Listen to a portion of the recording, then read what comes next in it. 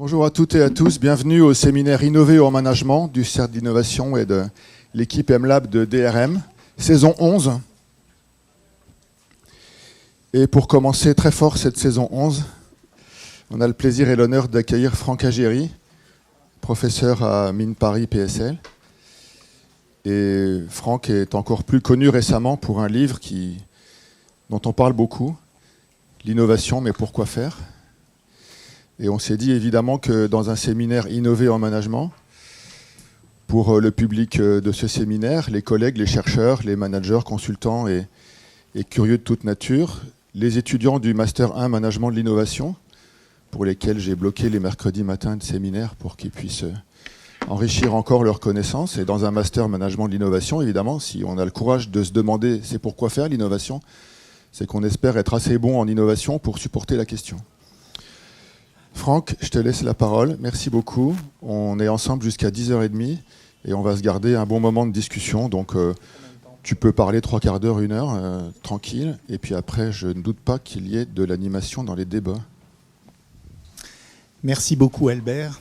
Je suis vraiment ravi d'être invité à Dauphine et au Cercle de l'innovation, parce que c'est un public éclairé et averti sur ces questions. Puis je vois c'est très divers, il y a des étudiants, des chercheurs et des professionnels. Donc c'est vraiment la cible du livre, donc c'est parfait pour une conférence. Puis bon, avec Albert, on se connaît évidemment depuis longtemps, mais également beaucoup de collègues de MLab et de Dauphine qui sont là dans la salle. Alors, pour ceux qui ne me connaissent pas, donc je suis professeur au Centre de gestion scientifique à Mines Paris PSL, qui fait partie d'un ensemble qui s'appelle l'Institut interdisciplinaire de l'innovation, donc qui est une UMR CNRS, mais où en fait il y a des travaux qui abordent l'innovation sur différents angles, y compris des angles très très critiques. Je pense par exemple aux travaux de mon collègue de Télécom, Antonio Casilli, qui a beaucoup travaillé sur la question du numérique et notamment des travailleurs du clic. Donc il y a à peu près toutes les perspectives. Alors en revanche, au CGS, traditionnellement, il y a eu beaucoup de travaux sur l'innovation. Moi-même, j'en ai mené et j'étais moi-même prisonnier d'un biais pro-innovation pendant assez longtemps. Je pensais que l'innovation, c'était positif et ça aidait à transformer le monde. Mais je travaille beaucoup aussi sur les questions environnementales. Donc la question notamment de transition écologique à l'échelle des entreprises, des politiques publiques également. Et donc, comme beaucoup de gens, je pense, autour de la salle, je suis de plus en plus inquiet sur le fait que, en fait, la transition en question n'arrive pas ou beaucoup trop lentement et qu'on va plutôt dans le mur. Et en réfléchissant, je me dis, l'innovation, les innovations passées sont l'une des causes des difficultés actuelles. Voyez ? Et donc, il y a peut-être une réflexion critique aussi à conduire sur l'innovation. C'est-à-dire, pour résumer en un mot ce livre, l'idée, c'est d'interroger le sens de l'innovation et donc de considérer que l'innovation n'est pas une finalité en soi, ce qui est dans les discours en fait. Il faut innover pour innover. Bon. Mais doit être un moyen au service de finalités sociétales supérieures. C'est de se demander à quoi ça sert. Est-ce que c'est utile socialement ? Est-ce que ça aide à mieux soigner les gens ? Est-ce que ça aide à sauver la planète ? Voilà. Et je trouve cette question qui a été un peu perdue ces dernières décennies et que j'ai voulu interroger. Alors, quelques mots sur l'origine de ce livre. Alors, j'ai une activité de chroniqueur. Je fais des chroniques dans le magazine Alternatives économiques, qui est bien connu, je pense, de vous tous, notamment des étudiants, des enseignants. Et j'avais fait plusieurs articles dans Alternatives économiques, mais aussi dans la revue Esprit, sur l'innovation, avec un point de vue un petit peu distancié et critique. Et l'un des journalistes de ce magazine, qui s'appelle Christian Chavagneux, qui intervient également sur BFM Business, qui est au comité éditorial de la revue Esprit, me dit c'est très intéressant cette thématique, est-ce que vous ne voudriez pas écrire un livre parce que je suis conseiller éditorial du président du Seuil. Alors j'ai réfléchi. Je me suis dit, en fait, ça ne se refuse pas d'écrire un livre au Seuil, parce que c'est le plus gros éditeur en sciences sociales, et puis il y a très peu de chercheurs en management qui ont l'occasion d'écrire au Seuil, donc c'est une occasion. Et donc j'ai réfléchi à une proposition, on a discuté, j'ai envoyé un projet. Il m'a dit vous ne parlez pas suffisamment de finance. Or, la course à l'innovation a partie liée avec la financiarisation de l'économie. J'ai dit vous avez tout à fait raison, donc j'ai revu ma copie. Et le projet a été adopté. Alors évidemment, c'est pas un livre sur le management de l'innovation, hein. Donc c'est un livre sur l'innovation, et notamment sur la culture de l'innovation et les effets qu'elle peut produire. Et donc c'est un livre qui est interdisciplinaire. C'est-à-dire je mobilise des références de toutes les disciplines possibles. Alors il y a des références en management, mais bien au-delà, en sociologie, en philosophie, en droit. Et ça s'adresse à un public très très large. Et donc pour faire référence à, je ne sais pas si vous connaissez les travaux d'Umberto Eco sur la réception et la critique littéraire, notamment sa distinction entre... il distingue, si vous voulez, l'auteur modèle de l'auteur réel et le lecteur modèle du lecteur réel. Donc quand on écrit un livre ou un article, évidemment, on a en tête un public cible. Donc la question, c'est quel était mon lecteur modèle. Donc moi, je suis,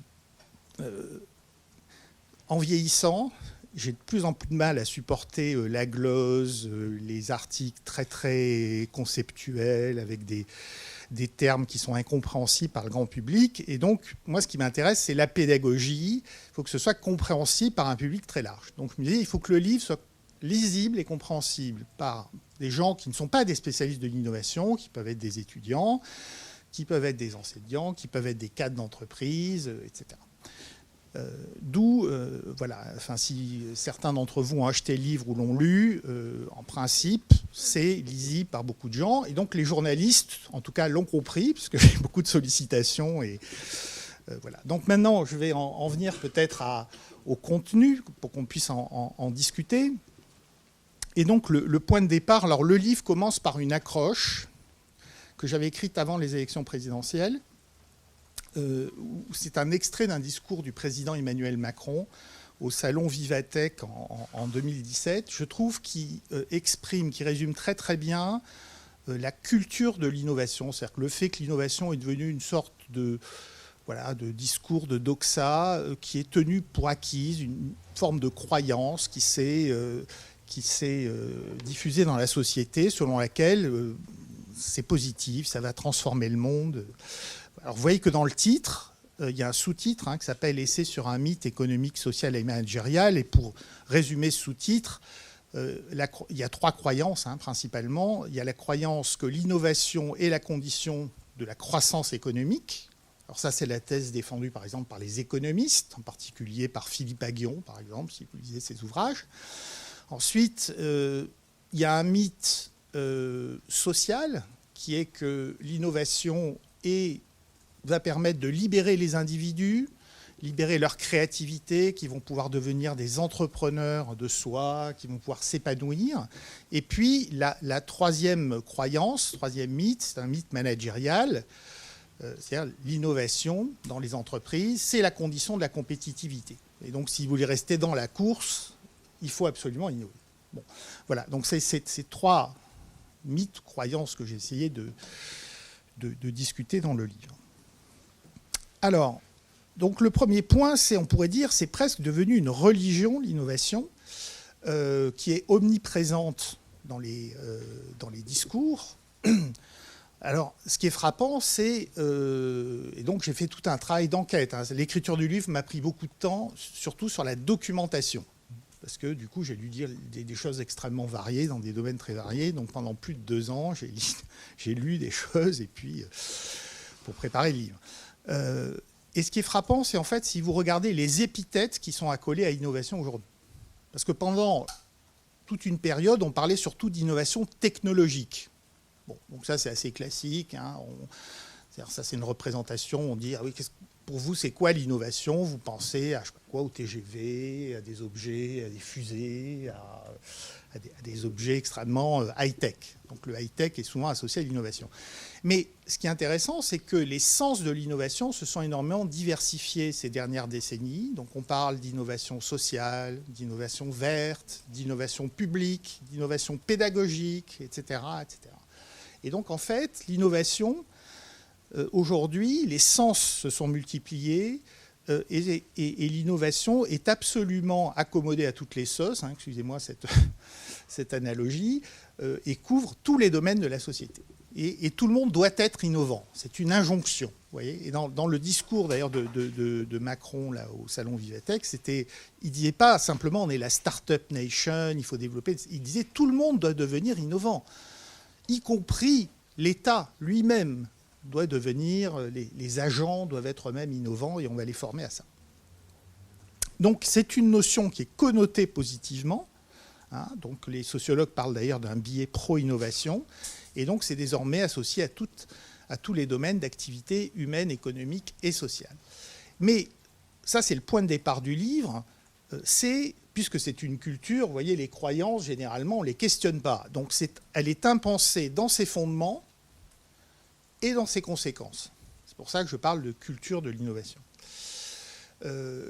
Et donc, ça se traduit par des injonctions qui s'imposent à différents niveaux. Donc, ça impose aux États, aux entreprises, aux organisations publiques, aux individus. Et donc, comme je vous disais, il y a différents épithètes, hein, innovation sociale, innovation technologique, c'est très, très différent. On ne parle pas de la même chose, hein, on est d'accord. Hein, innovation sociale, l'idée, ce n'est pas de faire du profit. L'idée, c'est au contraire de lutter contre la pauvreté. Bon. Mais chaque type d'innovation, d'une certaine manière, hein, si je fais l'analogie avec la religion, a ses prophètes et ses tables de la loi. Donc, si vous êtes dans la tech, les prophètes, ils sont dans la Silicon Valley, c'est la start-up, etc. Si vous êtes dans l'innovation sociale, ça sera Mohamed Younous ou d'autres acteurs qui ont développé des projets de microcrédit ou je ne sais quoi. Et puis si vous êtes dans l'innovation pédagogique, ce sera peut-être Cécile Dejoux qui développe des MOOC extrêmement... qui ont beaucoup de succès. Donc ça, c'est un point qui m'a frappé. Et ce qui est lorsqu'on essaie d'avoir une profondeur historique sur ce sujet, moi, je trouve ce qui me frappe, c'est que finalement, c'est une forme de nouvelle figure dépolitisée du progrès. C'est-à-dire qu'en fait, l'innovation, le mot est très, très ancien, puisqu'il est utilisé, j'y reviendrai, depuis l'Antiquité, donc il y a des racines très très anciennes. Mais sa diffusion massive dans la société est postérieure à la Deuxième Guerre mondiale, bien après les travaux de Schumpeter, hein, j'y reviendrai. Et pendant longtemps, on ne parlait pas d'innovation, on parlait de science, on parlait d'industrie, on parlait surtout de progrès. Et le progrès a été critiqué par beaucoup parce qu'il y a une sorte de vision un petit peu descendante. C'est-à-dire le progrès, ce sont des élites, des intellectuels, etc., qui désignent la flèche du temps, qui désignent voilà où il faut aller, pour toute une série de raisons. Alors que l'innovation, en tout cas l'innovation moderne, hein, j'y reviendrai, ça vient du bas. Ça vient de l'initiative d'entrepreneurs qui peuvent être des start-up et aussi des entrepreneurs sociaux ou autres, qui vont fabriquer, reconstruire la société par le bas, par des initiatives locales, etc. Et donc ça, c'est beaucoup plus dans l'air du temps. Hein. C'est une société qui travaille sur elle-même et qui se transforme à partir d'initiatives locales. On peut dire c'est formidable. Voilà. Et donc c'est associé à une espèce de conception de l'individu comme entrepreneur de soi. Et donc il faut former les individus à ce qu'ils soient entreprenants, qu'ils prennent des initiatives, etc. Et donc il suffit de voir dans toutes les universités, dans toutes les écoles, vous avez des formations à l'entrepreneuriat, à l'innovation, etc. Aujourd'hui, c'est une figure imposée. Alors, on pourrait dire, mais où est le problème? Parce que c'est formidable tout ça, c'est le changement, la transformation. Alors le problème, c'est que on observe des effets de plus en plus ambivalents de l'innovation. Certes, il y a une croissance économique hein, sur le long terme, lorsqu'on la mesure à l'aune du PIB, qui est un indicateur qui pose des tas de problèmes, évidemment. Donc, il y a une croissance économique, hein, on peut le mesurer, c'est-à-dire qu'il y a une richesse matérielle des individus qui est beaucoup plus grande aujourd'hui qu'il y a un siècle. Donc, il y a eu une forme de progrès matériel, en tout cas. Mais si on regarde d'autres indicateurs que le PIB, on observe une stagnation, voire une dégradation. Alors, évidemment, on parle beaucoup d'anthropocène et d'environnement. Moi, ça m'intéresse beaucoup parce que j'ai une fille qui est jeune, j'ai des enfants, donc je m'inquiète quand même pour les dérèglements environnementaux. Alors, il n'y a pas que le climat, il y a notamment, à mon avis, un enjeu qui est beaucoup plus pressant, qui est la destruction accélérée de la biodiversité. Alors, un des points, c'est par exemple, il y a des études qui ont montré qu'il y a une stagnation de l'indice de développement humain qui intègre différents indicateurs depuis 1970 dans les pays développés. Donc là, on se dit qu'il y a un problème avec le PIB, c'est-à-dire que le PIB a beaucoup augmenté, mais on pourrait dire l'IDH, qui mesure la qualité de vie d'une certaine manière, lui stagne. Et intuitivement, ça correspond à peu près à ce qu'on ressent. Alors peut-être pas les plus jeunes, parce qu'on n'a pas le recul, mais période plus ancienne, on n'a pas l'impression de vivre nécessairement fondamentalement mieux aujourd'hui qu'il y a 30 ans, 40 ans ou 50 ans. Voilà. Alors, le point que j'essaie d'aborder du coup dans mon livre, c'est quel est finalement le sens de cette course à l'innovation, puisqu'on nous dit, si on veut être dans le coup, il faut innover et toujours plus vite. Alors ça, c'est par exemple le discours que tient Philippe Aghion, qui a été un conseiller proche d'Emmanuel Macron, donc qui a une véritable influence, c'est de dire il faut être sur le front de l'innovation. Et donc il a écrit un livre dont je vous parlerai tout à l'heure, en 2020, grand public, où il dit si les États, si les entreprises, si les individus ne sont pas sur le front de l'innovation, ils sont voués au déclassement et au déclin. Donc voilà. Donc il n'y a pas d'autre solution. C'est la seule solution possible, c'est d'innover toujours plus vite. Toujours plus vite. Alors quel est le sens de cette course à l'innovation ? Surtout, quels sont ces effets indésirables et pourquoi ils sont si difficiles à observer ? Parce qu'on va voir qu'ils sont difficiles à observer. C'est l'un des problèmes. Et puis, à quelles conditions l'innovation donc, peut contribuer à la construction d'un monde plus soutenable. Donc, pour que vous compreniez bien, mon point de vue, ce n'est pas de dire qu'il faut arrêter d'innover. Parce que si on arrête d'innover, on sait que la société actuelle n'est pas soutenable sur le long terme, notamment sur le plan écologique, mais également social. Donc, il faut innover, mais différemment. Donc, la question, c'est comment faire ? Voilà, c'est un peu ça le point de départ. Hein. Donc ce n'est pas un pamphlet contre l'innovation. Hein. C'est un livre qui interroge le sens de l'innovation. On dit mais pourquoi on veut innover ? Comment innover différemment ? Comment éviter des effets indésirables ? Alors pour vous donner quelques chiffres, pour que vous compreniez quels sont quelques enjeux, hein, parce que l'essai, après je reviendrai sur les différentes parties. Alors un des points clés, c'est la question de l'anthropocène ou des enjeux, l'empreinte, des activités humaines sur la planète. Alors là, ce sont des courbes qui sont extraites d'un rapport de l'Agence environnementale européenne qui date de novembre 2021. Et alors c'est écrit en petit. Donc vous voyez, il y a 3 courbes, une courbe bleue, une courbe rouge et une courbe verte.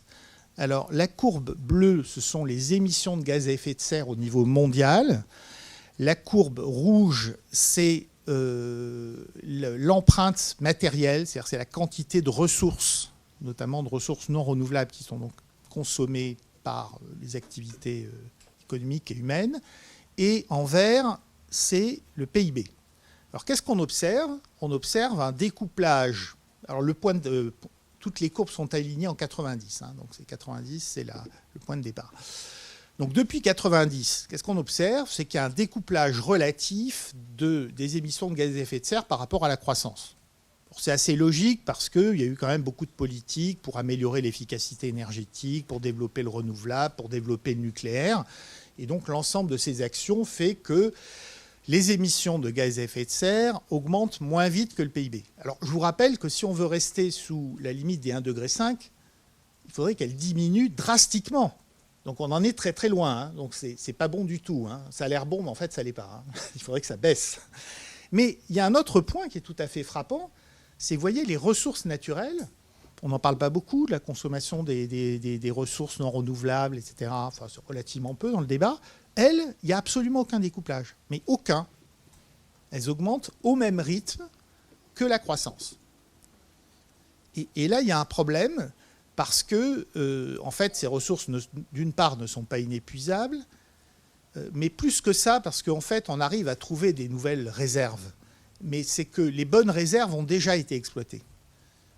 pour toutes les matières, hein, que ce soit les matières fossiles, les métaux, etc. Donc c'est-à-dire que tous les nouveaux gisements qu'on exploite sont de plus en plus polluants, de moins en moins riches. Alors l'exemple typique, si vous voulez, c'est le pétrole de schiste. Le pétrole, auparavant, en Arabie Saoudite, vous creusiez un trou, il y avait du pétrole quelques mètres de très bonne qualité. Pétrole de schiste, c'est une catastrophe. C'est-à-dire, il y a un rendement catastrophique, il est de très mauvaise qualité, vous êtes obligé de déforester des zones entières. Voilà, c'est une catastrophe écologique. Le cuivre, les mines dans les années 70, en 1970, la teneur en cuivre des mines, c'était 1%. C'est tombé à 0,5%. Et dans 20-30 ans, ça va tomber à 0,2 ou 0,3%. C'est-à-dire qu'il faut extraire des quantités colossales de roches, de cailloux, etc., pour récupérer du cuivre qui est de moins en moins bonne qualité. Bon, voilà. Et on pourrait multiplier les exemples. Hein. Mais c'est pour vous montrer qu'il y a des problèmes qui ne sont pas forcément très connus, qui sont peut-être la conséquence des innovations technologiques. Donc je vais y venir. Alors ce n'est pas une question tout à fait nouvelle, hein, puisque c'était notamment pointé dans le rapport Meadows en 1972, qui a été Halte à la croissance, là, le fameux rapport du Club de Rome, qui est ressorti en 2022. Alors quelles sont les réponses à cette crise? La réponse classique, c'est la croissance verte fondée sur l'innovation technologique, dont l'un des promoteurs, dont j'en parlais, c'est Aghion. Voilà, il écrit un livre, Le pouvoir de la destruction créative. Vous voyez que c'est un clin d'œil par rapport au concept de Schumpeter, où il dit c'est très simple. Alors lui, il n'a que des certitudes. Hein. Le doute n'existe pas. Donc il dit c'est très simple, donc il faut être sur le front de l'innovation. Alors à un moment, il y a un chapitre, il dit bon, c'est vrai, il y a une crise écologique. Alors ça, c'est un peu ennuyeux. Mais en fait, on a la solution, c'est les technologies vertes, qui est la solution que promeuvent également les pouvoirs publics, hein, très largement. C'est mettre en place des incitations, alors des incitations fiscales, etc., pour réorienter la machine économique vers ces nouvelles technologies. Par exemple, remplacer les voitures thermiques par des voitures électriques, parce que pour Aghion, une voiture électrique, c'est forcément une technologie verte. Pour lui, c'est clair, hein, il y a des gris et du vert. Il n'y a pas des nuances, hein, c'est l'un ou l'autre. Alors, il y a un problème logique, c'est d'où vient la crise écologique ? Elle vient de l'adoption massive d'innovations passées. C'est qu'on a eu massivement, on a développé massivement les voitures thermiques, on a développé massivement la construction à grande échelle, on a l'agriculture intensive, etc., etc. Donc il y a eu des innovations qui ont produit des effets indésirables sur le long terme et qui produisent cette crise écologique. Donc on voit bien que il y a un regard critique déjà à avoir sur les innovations passées, ce qu'il ne fait pas du tout. Alors la question, évidemment, c'est qu'est-ce qui garantit que les innovations futures, dites vertes, hein, je mets des guillemets, n'auront pas de conséquences négatives dans le futur? C'est quand même un point qu'on devrait se poser. Et je trouve qu'on ne se pose pas assez. Alors, il y a des angles morts de l'innovation technologique, puis après je parlais de deux types d'innovation. Le premier angle mort, ce sont les transferts de pollution et l'empreinte matérielle. Alors, il y a des outils pour mesurer les transferts de pollution. Il y a notamment un outil, je ne sais pas si on vous l'enseigne à l'université actuellement, enfin à l'école des mines on le fait, qui s'appelle l'analyse de cycle de vie. Alors, il présente certains défauts, mais c'est un outil très intéressant parce qu'on essaie d'évaluer en amont d'un projet d'innovation, d'une technologie, les impacts environnementaux sur toute une série de critères et sur l'ensemble du cycle de vie, c'est-à-dire depuis la conception du produit jusqu'à sa fin de vie, en passant par les phases de production, d'usage, etc. Alors évidemment, on fait des hypothèses pour cela, donc c'est discutable, mais ça permet quand même d'avoir des ordres de grandeur et de repérer si c'est... Alors il se trouve que cette technique, elle est assez peu généralisée. Alors il y a certaines réglementations qui sont dans une logique de cycle de vie, mais il y en a beaucoup qui ne le sont pas. Exemple, dans l'automobile, il y a des réglementations sur les émissions pendant l'usage. Vous voyez, quand vous allez chez un concessionnaire, vous achetez une voiture, vous avez une étiquette CO2. L'étiquette CO2, ça vous donne les émissions pendant la phase d'usage. Mais ça ne vous donne pas du tout les émissions liées à la production, liées aux matériaux, extraction des matériaux, etc. Bon. Donc il y a des tas de choses qui ne sont pas prises en compte dans les réglementations, qui sont invisibles. Et donc ces transferts de pollution, lorsqu'on met en œuvre des ACV, il y en a. Et ça, c'est vrai pour tous les types de technologies. Donc, le concept de technologie propre n'existe pas. Ça n'existe pas. Il y a toujours des transferts. Alors, on peut améliorer certains critères, hein.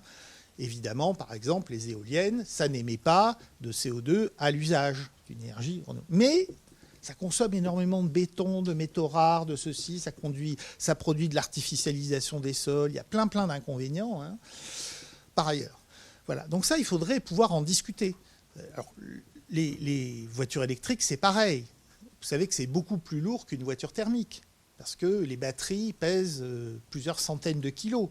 Donc il faut renforcer la structure. Donc la voiture pèse 1,5 tonne à 2 tonnes, voire davantage.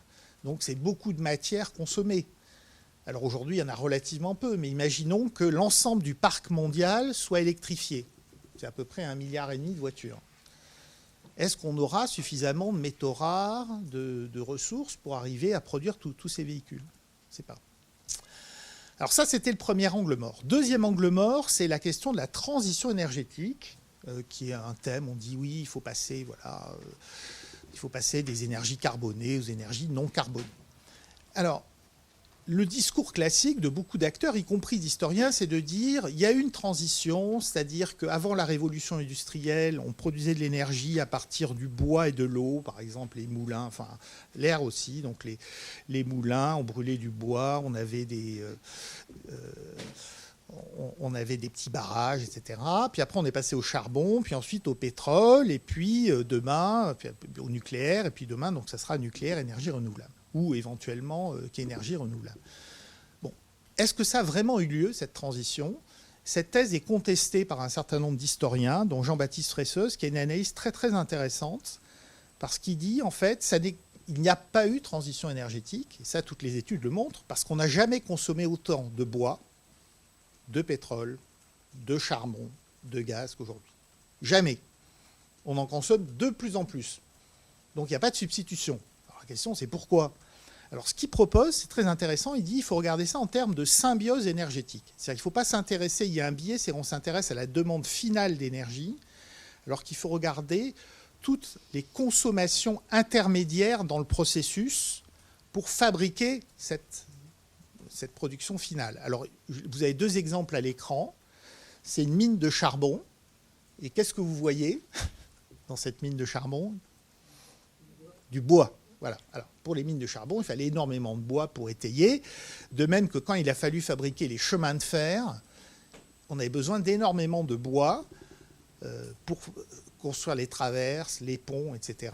Et donc, les historiens expliquent que aux États-Unis, on a déforesté 10% de la surface des forêts américaines pour construire les lignes de chemin de fer. Bon, voilà, ça, c'est deux exemples parmi d'autres, hein, mais vous voyez, ça continue. Quand je vous parle de la voiture électrique, il y a, là aussi, si on raisonne en termes de symbiose énergétique, il y a énormément de consommation de matière, mais aussi, par exemple, de pétrole. Si vous allez extraire des mines de cuivre, là, c'était un collègue qui est spécialiste des ressources, il dit, en fait, les mines au Chili, qui sont à ciel ouvert, on creuse de plus en plus profond, elles font plus de 1000 mètres de profondeur. Et après, vous avez des camions de 25 tonnes avec des roues qui font 4 mètres de diamètre. 4 mètres de diamètre. Il paraît que techniquement, c'est quasiment impossible de faire plus grand, qui doivent remonter les 1200 mètres, vous voyez, avec les 25 tonnes de minerais. Et ça consomme. Et ça ne peut pas marcher avec des moteurs électriques. C'est un peu compliqué. Bon, voilà. Donc, ce qu'il observe, c'est dit on a des additions énergétiques et non pas des transitions énergétiques. Alors, troisième point, c'est la sobriété. Alors ça, c'est un thème qui monte depuis 2-3 ans, qui est finalement très très récent, donc on commence à en parler. Alors on parle surtout de sobriété énergétique, ce qui à mon avis est vraiment un travers. Il faudrait parler de sobriété en termes de ressources plus largement, de sobriété sur différents aspects. Alors vous avez une spécialiste à Dauphine de ces questions, qui est Valérie Guillard, qui fait des travaux très intéressants sur le sujet, et on encadre une thèse ensemble d'ailleurs, sur ces problématiques. Alors ça, c'est tout à fait frappant. C'est-à-dire que dans les discours publics, on dit on va développer des solutions technologiques formidables, mais ça ne va pas changer vos usages. Vous allez faire comme avant, vous allez consommer autant de produits matériels, vous allez vous déplacer autant, etc. Vous allez garder votre maison individuelle ou votre bel appartement. vous allez toujours voyager en avion, on trouvera des solutions, on fera des avions à hydrogène ou je ne sais quoi. Mais donc il y a une sorte d'impensé, c'est qu'on ne veut pas effrayer la population. Je pense que c'est un calcul politique, hein, c'est à dire si on commence à dire il faut changer les modes de vie, c'est extrêmement déstabilisant. Voilà, il y a une sorte d'impensé, on ne discute pas de ces sujets, sauf effectivement à l'occasion d'une crise énergétique, où on se dit tiens, les prix explosent, alors là il va peut-être falloir faire un peu d'économie, mais c'est souvent vu par le petit bout de la lorgnette, c'est on va réduire votre température d'1 degré, mais dès que la crise sera finie, on reviendra évidemment à la situation antérieure. Bon, donc ça c'est un point qui est vraiment central de mon point de vue et qui est vraiment un enjeu de recherche très très grand, c'est qu'on ne peut pas raisonner uniquement sur le système d'offres. Ça n'a absolument aucun sens et qu'il faut travailler sur la pensée systémique, sur toutes les dimensions. Donc, pourquoi il y a cette impensée ? C'est parce qu'il y a un problème déjà, c'est qu'on dit ce qui est important, c'est la croissance. Parce que la croissance, ça crée des emplois, ça crée des richesses. Et donc, il y a cette hypothèse de croissance infinie des besoins. On suppose que voilà, les besoins sont infinis, ce qui est évidemment très, très problématique. Alors, de ce point de vue-là, je fais juste un petit clin d'œil, c'est que Schumpeter disait le contraire. Alors, il a écrit plusieurs choses, hein, Schumpeter, j'ai vraiment relu ses livres. Son dernier livre est assez noir, est assez sombre, parce qu'il est écrit pendant la guerre. Et donc, notamment, il prévoit une extension du socialisme, alors que lui, il était assez plutôt libertarien pour l'initiative individuelle, etc. Et il disait, de toute façon, l'innovation va diminuer, les occasions d'investir vont se réduire parce qu'on aura une saturation progressive des besoins. Voilà. Donc c'était ça sa prédiction, les sociétés devenant riches à un moment, il y aura de moins en moins de besoins. Alors là, il s'est complètement trompé parce qu'il n'a pas vu la puissance du marketing, du design, toute une série de professionnels pour susciter en permanence de nouveaux besoins. Et là, c'est infini. On peut susciter à l'infini des besoins, qui ne sont pas des besoins fondamentaux, mais alors ça, c'est aucun problème pour fabriquer des besoins. Et donc, cette croissance des besoins, elle est alimentée par l'innovation elle-même. Hein, le fait par exemple, qu'on développe en permanence des nouveaux smartphones avec des nouvelles fonctionnalités fait que les gens ont envie de changer leur smartphone, hein, ou ont envie de changer leur voiture ou autre. Et puis, donc, par toutes les techniques de gestion qui ont été développées. Et puis, bon, le dernier point, il est connu, mais ça, c'est connu depuis longtemps. C'était les travaux de Veblen, hein, sur la consommation comme processus social ostentatoire. C'est ce qui permet de se distinguer de son voisin, de montrer qu'on a un certain prestige. Donc ça, c'est le troisième angle mort. Le quatrième, c'est le biais pro-innovation. Alors, ce n'est pas un thème nouveau, hein, ça avait été développé par le sociologue Everett Rogers, dont vous avez la photo dès 1962. Donc, dès 1962, il disait, en fait, on nous dit l'innovation, c'est formidable, ça va sauver le monde. Et donc, on met systématiquement en avant les bénéfices de l'innovation, mais on ne discute jamais ses conséquences négatives éventuelles. Alors, je vais vous donner un exemple ancien qui est dans le livre que j'ai trouvé très amusant. Je trouvais ça dans un ouvrage que j'avais acheté il y a longtemps. Alors, j'ai eu du mal à le retrouver, mais finalement, je l'ai retrouvé quelque part. C'est les bienfaits des fumées de voiture comme insecticides. C'est pour montrer les biais cognitifs, si vous voulez, des scientifiques et des populations qui sont liées à l'état des connaissances. Donc, 1910, c'est vraiment les tout débuts de l'automobile. Vous voyez, donc on commence à voir des voitures dans les villes. Et auparavant, il y avait surtout des chevaux, donc on marchait à pied, où il y avait des chevaux, etc. Et les chevaux, ça produit du crottin, donc c'est beaucoup de nuisances, c'est sale, c'est des odeurs, etc. Bon. Alors voilà ce que dit cet extrait donc, d'un article à Londres. Les mouches, les insectes et les microbes malfaisants, dit notre confrère du Daily Mirror, sont détruits par millions grâce à la fumée des autos et à leur nombre toujours croissant. Un des chimistes les plus connus de Londres a déclaré à notre confrère « La fumée des autobus et des voitures est à n'en pas douter un puissant insecticide. La vapeur qui sort de l'échappement est non seulement insecticide, mais comme matière carbonique, elle nettoie l'air de ses germes et autres impuretés. » Alors, vous voyez, c'est très marqué par l'hygiénisme de l'époque. Les Londoniens ont toujours considéré ces vapeurs comme une gêne. En réalité, elles sont excellentes pour leur santé. Un marchand de fruits du Strand a également noté l'absence de mouches à son étalage cette année. Bon, alors évidemment, aujourd'hui, on rigole, on dit... Mais à l'époque, ça avait un certain sens. Hein. Ce n'est pas de la mauvaise foi, vous voyez, c'est lié à l'état des connaissances. Donc nous-mêmes, aujourd'hui, on dit certainement un certain nombre de choses par rapport à, je ne sais quoi, des innovations très avancées, l'IA, les nanotechnologies, mais en fait, on ne sait absolument rien de ce que ça peut produire dans le futur. On a un état des connaissances très très faible. Donc il faut rester modeste par rapport aux impacts de l'innovation. Alors au-delà des innovations technologiques, la question, c'est pourquoi donc et comment l'innovation a-t-elle remplacé l'idée de progrès comme nouvel idéal de nos sociétés modernes? Et donc, en d'autres termes, comment est-elle devenue une culture? Comment les imaginaires associés à l'innovation, qui étaient au départ très centrés sur la R&D et la technologie, notamment dans l'immédiate après-guerre, donc, ont changé avec l'adoption donc, de nouveaux épithètes, hein, verte, sociale, frugale. Frugale, oui, j'ai oublié de dire ça. Maintenant, il y a aussi les innovations pour les pays émergents, etc., publiques, managériales, financières. Quels sont les effets indésirables des innovations et pourquoi sont-ils si difficiles à anticiper? Et puis, comment innover autrement pour une société véritablement durable? Donc ça, c'est vraiment les thèmes du livre, hein, les questions que je traite. Alors, je vais aller je ne vais pas rentrer dans tous les détails de l'ouvrage. C'était bien pour vous expliquer un petit peu quelle était la problématique en fait, que j'ai voulu traiter. Le plan du livre, en fait, il y a 3 parties.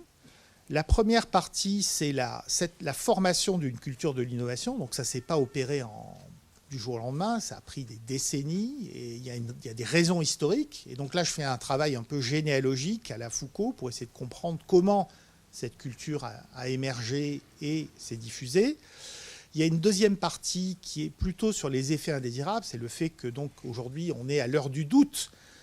C'est pas simplement moi qui doute, c'est que vous avez aujourd'hui en permanence des articles partout, des acteurs qui disent mais est-ce que c'est si formidable que ça, cette nouvelle technologie? Et ça, c'est nouveau. Alors je prends un exemple, c'est que lorsque la 5G là, est sortie, vous avez vu, il y a une quantité de controverses en disant mais est-ce que c'est vraiment utile? À quoi ça sert? Est-ce que ça a une utilité sociale? Est-ce qu'il n'y a pas des impacts en termes de consommation énergétique, etc. Et lors des générations précédentes, il n'y avait pas eu ces controverses. Donc on voit bien qu'il y a un changement dans la population avec aujourd'hui, il y a un doute généralisé sur le développement des technologies. Donc, je veux dire, les citoyens ne prennent plus pour argent comptant ce qu'on leur raconte en leur disant c'est formidable, on a trouvé la solution miracle. Et dernier point, donc, c'est comment innover autrement. Alors, je vais essayer d'aller assez vite pour éviter de trop déborder dans le temps. Donc, voilà, pour la partie 3 qui est importante. Alors, la formation de la culture de l'innovation, ça, je l'ai indiqué tout à l'heure, donc c'est quand même assez étonnant le fait qu'aujourd'hui, il y ait des acteurs très différents qui utilisent ce mot innovation. C'est-à-dire que je vous dis, même les acteurs sociaux qui sont contre le système capitaliste vont parler d'innovation. C'est ça qui est assez, vous voyez, qui est assez déshabillant. C'est qu'on critique la technologie, on critique plein de choses, la croissance, mais l'idée d'innover, c'est bien. Vous voyez, c'est dans l'imaginaire collectif, c'est une bonne chose d'innover. Donc c'est devenu une sorte de culture universelle. Pourtant, donc, c'est valorisé par des acteurs extrêmement hétérogènes. Et donc la question, c'est finalement comment un ensemble de croyances et de valeurs associées à l'innovation, qui s'incarnent dans un langage, une espèce de 9 langues de l'innovation, des principes, des méthodes, s'est diffusé au point que personne n'en discute la légitimité. Et donc, c'est pour ça que j'ai fait tout un détour historique, et je pense que là, qu'il y a une valeur, parce que ça n'a pas été fait de la même manière. Il y a des auteurs, hein, je m'appuie notamment sur Benoît Gaudin, qui avait fait des histoires de l'innovation, mais j'essaie de reprendre ses travaux, mais aussi d'élargir. Et donc, ma question, c'est finalement de quoi l'innovation est-elle le nom? Donc, le point méthodologique, donc là, c'est pour les chercheurs, mais aussi pour les étudiants, c'est de distinguer le phénomène empirique, avec les lunettes actuelles, de sa conceptualisation. Alors, je ne sais pas si c'est clair. Si vous voulez, aujourd'hui, on dit, je ne sais pas moi, l'invention de la machine à vapeur, c'est une innovation majeure. L'invention du train, c'est une innovation majeure. L'invention de la roue, c'est une innovation majeure. L'invention de l'agriculture au néolithique, c'est une innovation majeure. Donc ça, c'est avec les lunettes actuelles. Évidemment, à l'époque, les gens n'utilisaient pas ce langage. D'accord ? Donc il y a le phénomène empirique, Et puis, il y a les lunettes, c'est-à-dire les conceptualisations. Voilà, on accole des mots et on désigne, on théorise. Donc, je distingue les deux. Donc, le phénomène, il est aussi vieux que l'histoire. Et on peut même... moi, ma position, c'est que je pense que la période où il y a eu le plus d'innovation, notamment scientifique, technologique, etc., c'est fin 19e, début 20e. C'est la deuxième révolution industrielle, où là, il y a eu des révolutions vraiment majeures. La chimie, l'électricité, l'automobile, etc. Je ne suis pas sûr qu'aujourd'hui, il y ait autant de révolutions fondamentalement majeures. J'en suis pas sûr, vous voyez. Enfin, bon, ça, c'est un point de discussion. Donc, il y a tout un discours en disant l'innovation s'accélère, mais sur l'ampleur des transformations, je ne suis pas certain que ce soit la période où il y ait le plus d'innovation, comme on dit aujourd'hui, radicale.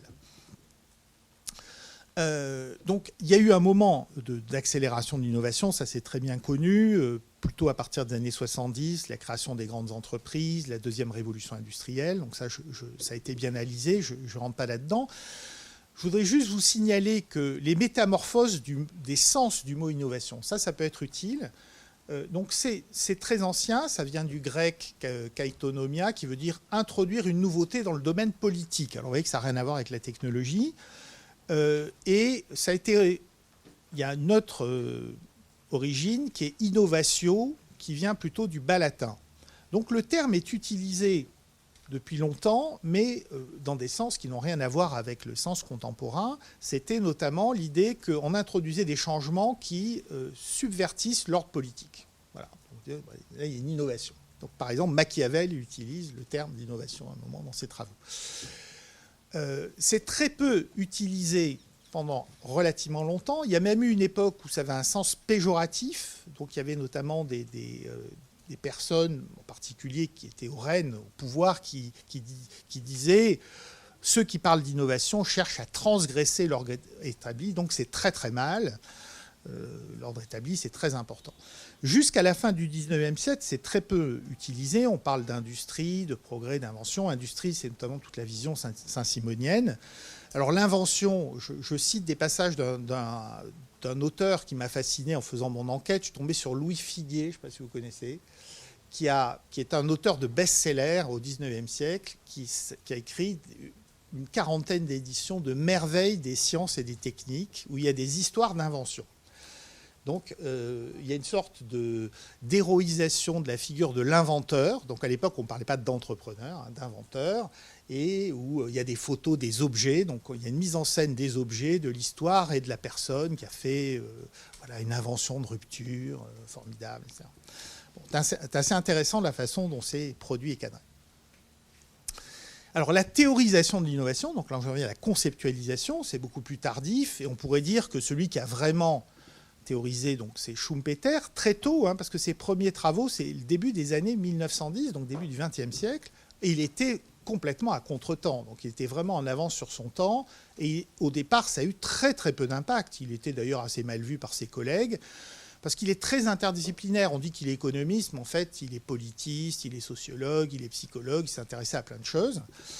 Et lui, il met vraiment l'accent sur la mise en pratique. Donc c'est cette différence par rapport à l'invention. C'est que l'innovation, ça va jusqu'à la mise en pratique.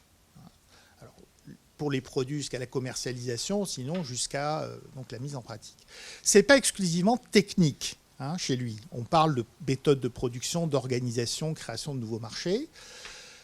Il explique que l'innovation est le moteur de la croissance, donc c'est lui qui théorise cette chose en disant que c'est très important parce que les théories classiques sont stationnaires. En fait, n'expliquent pas la croissance.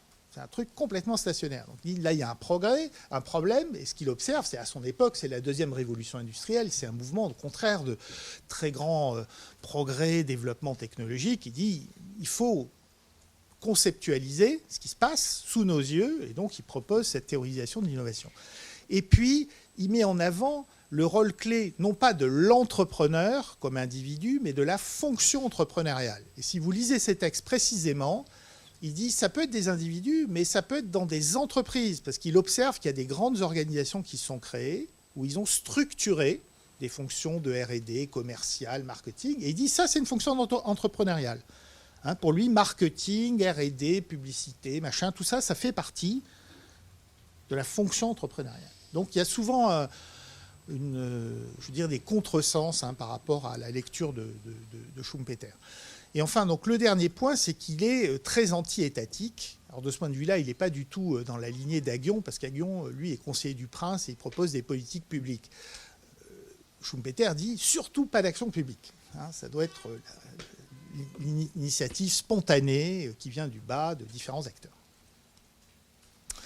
Alors, très vite, les 3 temps de la conceptualisation de l'innovation. Dans l'après-guerre, c'est plutôt ce qu'on appelle le modèle linéaire de l'innovation qui est en vogue.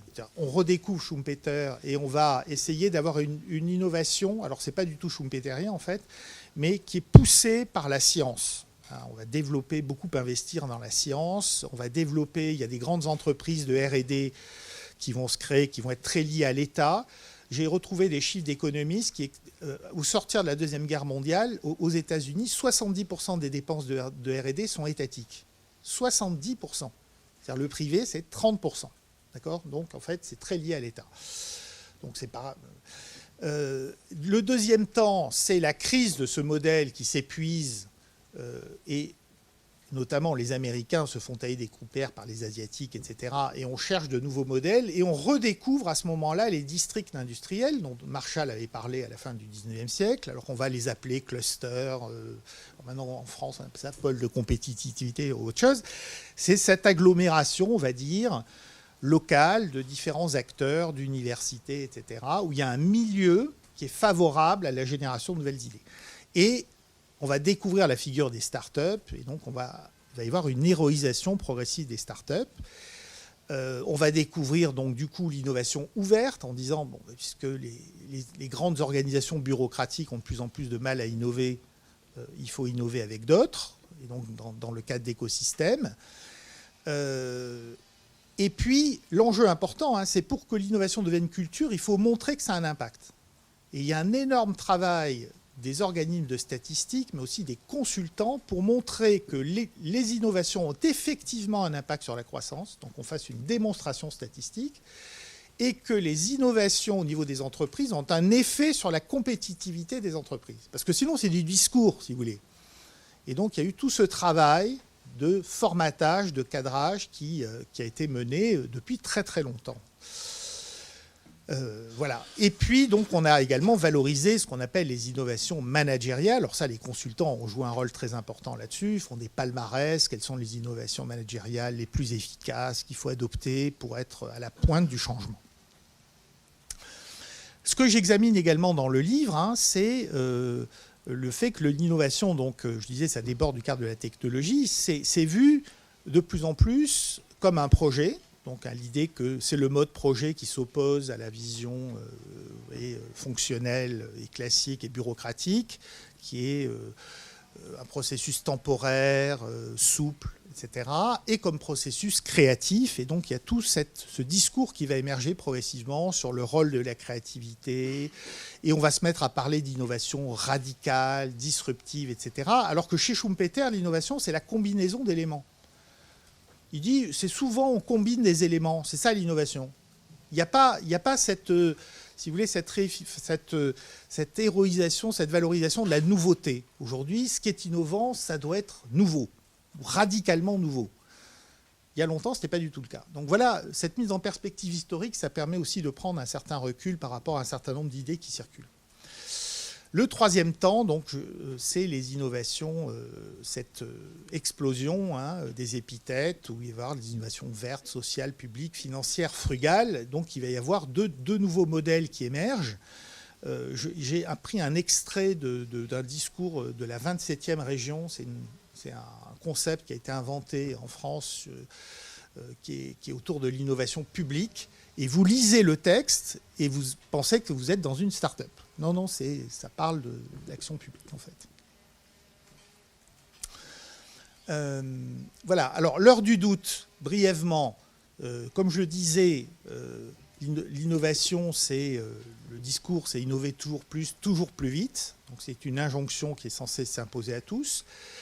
Et ce discours, c'est ça le paradoxe, qui semblait avoir triomphé, se heurte à des résistances de plus en plus fortes, notamment en raison des impacts écologiques et sociétaux des innovations technologiques, mais aussi une critique, par exemple, des innovations financières ou du rôle de la finance, parce que la course à l'innovation, évidemment, a partie liée avec la financiarisation de l'économie. Tout ce qui est capital risque, etc., tous ces mécanismes servent à financer des projets d'innovation. Alors pourquoi il y a un lien? C'est assez simple, c'est que Pierre-Noël Giraud disait « la finance, c'est le commerce des promesses ». C'est assez juste, vous voyez. Pourquoi vous avez des entreprises qui ont un chiffre d'affaires assez faible, qui sont valorisées. Vous voyez, Tesla, la valorisation de Tesla, c'est davantage que tous les autres constructeurs automobiles réunis. Airbnb, c'est 10 fois plus que le numéro 1 mondial de l'hôtellerie. Marriott, qui gère 1,5 million de chambres dans le monde et qui emploie 200 000 personnes. Airbnb, c'est 5 000 personnes dans le monde. D'accord ? Et pas d'immobilisation, un chiffre d'affaires de 8 milliards. Bon, pas trop élevé. La valorisation boursière, c'est 80. C'est parce qu'on dit, c'est des projections. C'est évidemment, on a des promesses, on dit, ils vont croître. Et les autres vont se casser la figure. Donc, on se projette dans le futur. Et donc, la finance a besoin de projets d'innovation en permanence pour alimenter la machine. Et donc, comme l'innovation, c'est la fabrication des promesses et commerce des promesses ont partie liée. Voilà. Et par ailleurs, donc, comme je dis, les innovations financières et managériales font l'objet de critiques croissantes. Je ne vais pas le développer, mais bon, il y a toute une série d'innovations managériales où on promet la libération, l'autonomie, etc., où lorsqu'on y regarde de près, ce n'est pas toujours le cas parce qu'il y a des injonctions contradictoires, parce qu'on vous dit on va faire une organisation horizontale, mais quand même il y a des KPI et on va vous imposer des objectifs de rentabilité ou de productivité très élevés qui font que les individus sont sous tension. Ça produit du stress, ça produit du désengagement et ça produit la grande démission qu'on observe dans un certain nombre de grandes organisations. Donc tous ces phénomènes sont assez bien décrits par les chercheurs. Par exemple, Mathieu Deschessart, qui s'intéresse beaucoup à la question de la santé au travail, a fait des travaux très intéressants pour montrer que les salariés souvent ne souffrent pas d'un trop-plein de management, mais d'un déficit de management. C'est-à-dire que les managers ne sont plus au contact des opérationnels ou de moins en moins parce qu'ils sont embolisés par des activités bureaucratiques, de reporting, de je sais pas quoi, de réunions. D'ailleurs, tout comme les enseignants. Hein. Je pense qu'ils ne vont pas me contredire dans la salle. C'est l'inflation bureaucratique qui nous guette. Bon. Voilà. Donc, voici venue l'heure du doute. Donc, le problème des effets négatifs des innovations, c'est comment les rendre visibles. Hein. Ce n'est pas de les dénoncer, c'est qu'il y a un problème de les rendre visibles. Et ça, c'est très compliqué parce qu'ils sont difficiles à anticiper. Parce qu'au départ, l'innovation, ce sont des promesses. Donc, on ne sait pas exactement quels seront les effets indésirables. Et donc, un des points que j'ai regardé, je ne rentre pas dans les détails, c'est comment les innovations sont qualifiées au moment de leur mise sur le marché ou de leur moment de la mise en pratique. Donc, il y a des processus de standardisation ou d'homologation, etc. Et souvent, en fait, on regarde que certains aspects. Je vous ai donné l'exemple tout à l'heure de la voiture, où on va, par exemple, regarder les émissions à l'usage, mais pas d'autres dimensions. Et donc ça produit des effets d'invisibilité. Donc il y a toute une série d'effets qui sont invisibilisés.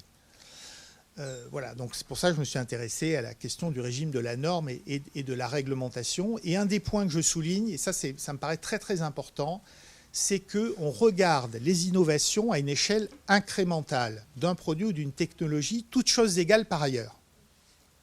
Et ça n'a pas de sens quand on y réfléchit. Notamment à l'heure de la crise écologique. Vous voyez, quelques voitures électriques dans une ville, c'est formidable. Il n'y a pas de bruit, etc. 1,5 milliard de voitures électriques, ce n'est pas forcément formidable. Vous voyez, parce que c'est beaucoup d'étalement urbain, c'est beaucoup de ceci, c'est beaucoup de ressources consommées. Donc il y a des effets temporels et des effets d'échelle.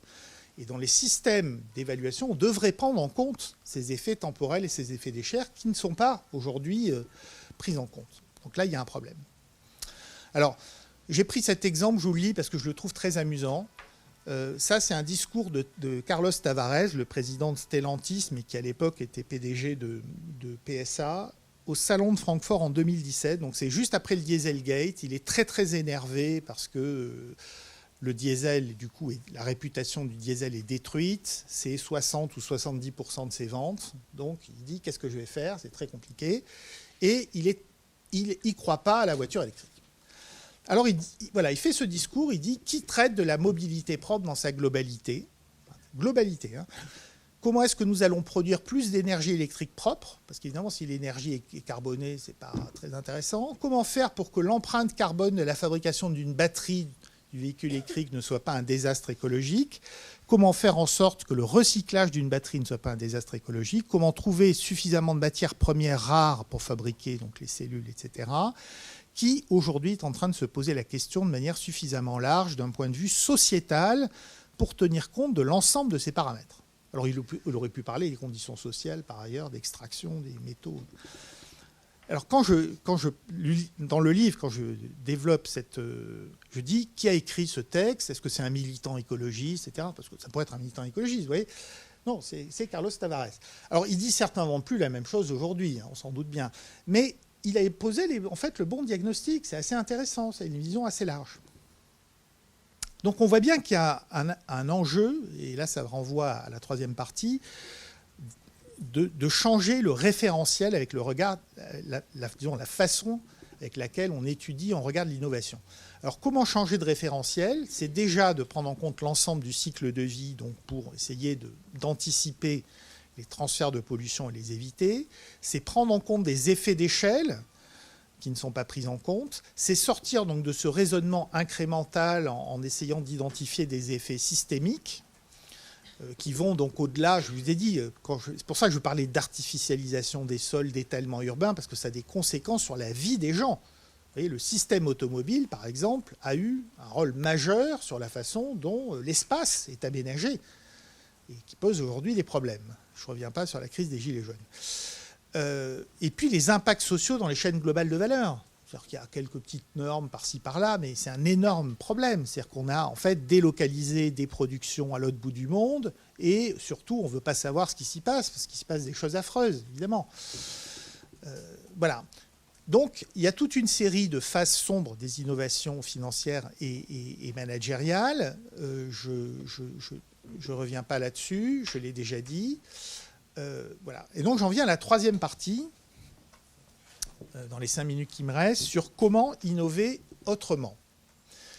Et alors donc là, j'identifie 2 voies qui sont, la première, c'est comment responsabiliser les acteurs de l'innovation, parce que justement le problème, je trouve, c'est que comme on ne se pose pas la question du sens, et qu'on dit c'est bien d'innover, tout le monde se lance dans l'innovation. Par exemple, les startups de la tech, moi ça m'est arrivé d'encadrer des élèves qui travaillaient dans des startups de la tech, il n'y a aucune réflexivité.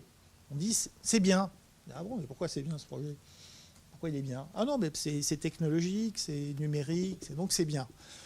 Donc je pense qu'il y a un enjeu à les responsabiliser pour qu'ils se posent des questions, qu'ils anticipent un certain nombre de problèmes. Et puis après, deuxième voie, c'est celle de la sobriété. Alors la question de la responsabilisation, je me suis appuyé beaucoup sur le travail d'Hans Jonas, alors qui est parfois critiqué, mais à tort, parce qu'on dit que c'est le père du principe de précaution, qui est dans la Constitution, et vous savez que le principe de précaution a plutôt conduit à l'inaction, c'est-à-dire qu'on le brandit pour dire surtout il ne faut rien faire. Bon, donc du coup, j'évite d'en parler dans le livre. Mais Hans Jonas, il n'y est absolument pour rien, parce que ce n'est pas lui qui a travaillé sur le principe de précaution. Lui, son travail, donc il a écrit un livre très intéressant en 1979, qui s'appelle « Le principe responsabilité ». Et il s'intéresse à la question de la technologie, notamment de la puissance de la technologie, parce qu'il a été beaucoup marqué par Hiroshima, par toute une série de catastrophes, où il a, disons, le pressentiment que la puissance technologique peut détruire l'humanité et la planète. Et donc, comment éviter ce destin funeste? Il dit il faut passer d'une responsabilité rétrospective, qui est la responsabilité juridique classique, vous voyez, type pollueur-payeur. Il y a une pollution, on cherche des responsables, mais c'est déjà trop tard. Parce que quand il y a eu la pollution, vous avez construit des usines, il y a des centaines de milliers de travailleurs qui ont été formés, etc. Changer de trajectoire, c'est un coût social exorbitant, c'est un coût industriel exorbitant. Donc il vaut mieux se poser les questions très très tôt, en amont, les anticiper. Donc lui dit qu'il faut aller vers une responsabilité projective, c'est-à-dire tourner vers le futur. Alors qu'est-ce qu'on peut imaginer comme dispositif de responsabilisation ? Alors ce que j'ai fait dans mon livre, c'est que je passe en revue différents types de responsabilisation. Donc je n'ai pas de solution miracle, hein. J'ai dit qu'est-ce qui est aujourd'hui en chantier, sur quoi les gens travaillent. Alors j'ai repéré par exemple qu'il y avait des travaux tout à fait originaux sur la comptabilité. Bon, on cherche à changer les règles comptables parce que, comme le disait Weber, la comptabilité, c'est l'infrastructure du capitalisme. Les économistes, leurs données, elles sortent d'où ? Elles sortent de la comptabilité. Donc la comptabilité, c'est absolument central. Et la comptabilité, elle est très tournée sur la finance. Donc il y a des travaux que vous connaissez, notamment autour d'Alexandre Rambaud, de Jacques Richard, qui était ici à Dauphine, sur la comptabilité en triple capital, où ils essaient notamment d'introduire, dans la comptabilité financière, des capitaux humains et des capitaux écologiques, et d'appliquer un raisonnement comptable, c'est-à-dire où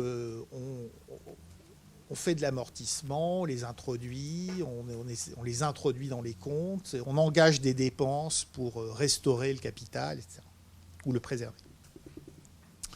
Après, il y a tout un ensemble de travaux que vous connaissez sûrement aussi autour de la question de l'innovation responsable et démocratique qui se porte plutôt sur des enjeux de gouvernance, où l'idée c'est d'associer très tôt des parties prenantes au projet d'innovation. Alors il y a une littérature très nombreuse, notamment anglo-saxonne, qui parle d'un modèle qu'ils appellent ARIR, c'est-à-dire essayer d'anticiper les effets de l'innovation, d'être réflexif, d'être inclusif, c'est-à-dire d'associer différents acteurs, ça peut être des consommateurs, des citoyens, etc., et de pouvoir répondre aux demandes des stakeholders. Alors vous noterez, alors c'est très difficile à opérationnaliser, hein, ça part d'un très bon sentiment, mais c'est un peu flottant quand même comme littérature. Mais vous noterez que ce n'est pas du tout ce qui se fait. Hein. C'est que généralement, on n'associe personne et puis après, on a des controverses une fois que les technologies ou les produits sont sur le marché. Et puis, il y a aujourd'hui beaucoup de réflexions autour du droit, de responsabiliser les acteurs par des transformations juridiques. Donc, il y a notamment des réflexions très originales sur les communs mondiaux. Alors, il y a un livre que je trouvais très bien de Judith Rochefeld là-dessus, qui est une juriste. Et puis, il y a aussi de transformer le droit des sociétés. Il y a eu tous les travaux, hein, comme vous connaissez dans la loi Pacte, sur les entreprises à mission, la raison d'être, qui essaient d'inciter les acteurs à se doter de missions sociétales, qui ne sont pas simplement faire du profit, de long terme, avec des comités de mission, de prendre des engagements pour essayer de changer de cap, d'explorer d'autres voies possibles. Et le dernier point, voilà, c'est la voie de la sobriété. Je disais que c'était un impensé, donc c'est un point qui est vraiment important. Alors, évidemment, la sobriété, ça s'oppose à la surconsommation. Et donc, vous savez que la surconsommation, c'est un énorme problème. Alors, si je prends un exemple très concret, parce qu'on fait une semaine éco-conception, à laquelle d'ailleurs Colette est associée avec les Namoma, où on prend comme exemple la mode.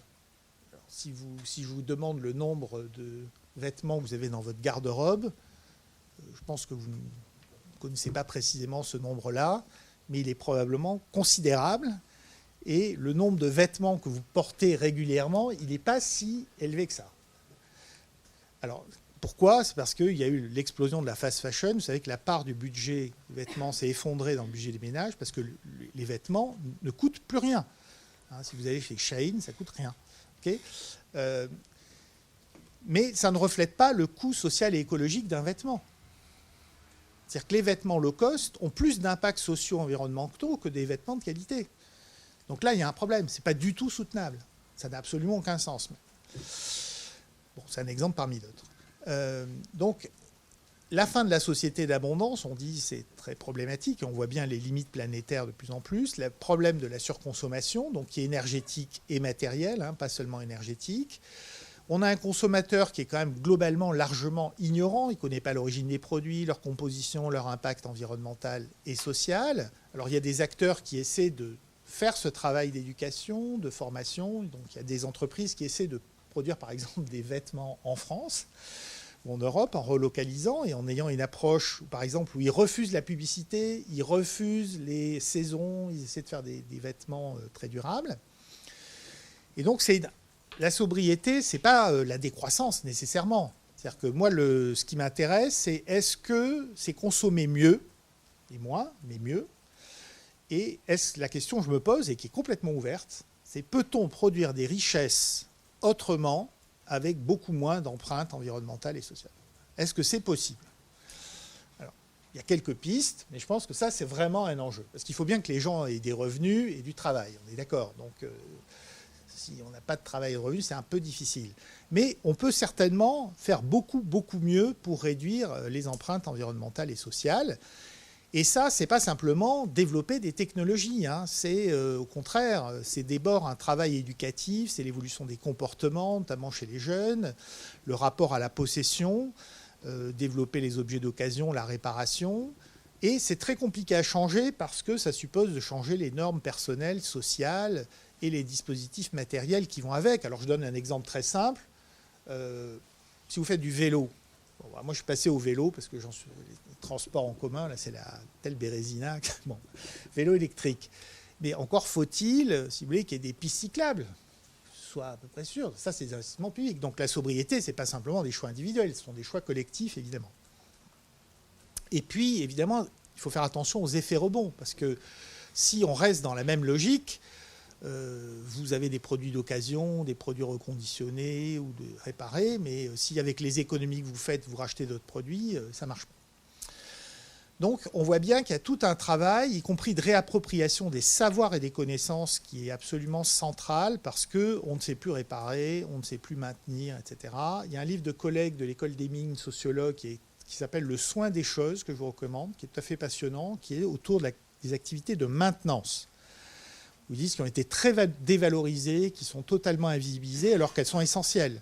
Et souvent, on préfère détruire des infrastructures plutôt que les rénover ou les transformer. Ça, c'est un vrai problème.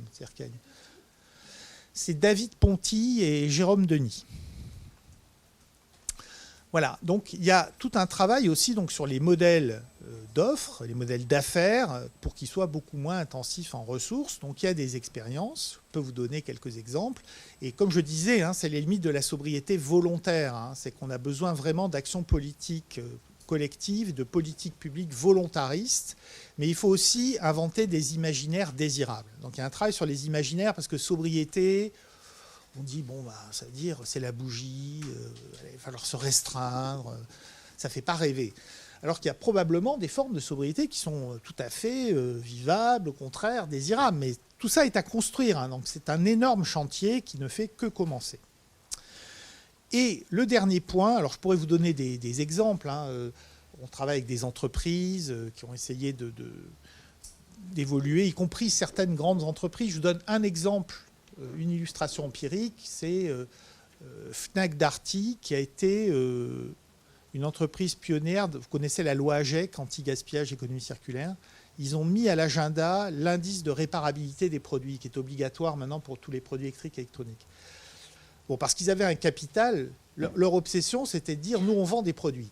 Donc, on est sur un distributeur où le business model, c'est de vendre des produits. Donc, éventuellement, d'en vendre toujours plus. C'est d'accord. Et ils se sont dit, on ne va pas survivre à long terme parce qu'on est toujours plus cher qu'Amazon puisqu'on a des coûts d'infrastructure, on a des magasins, etc.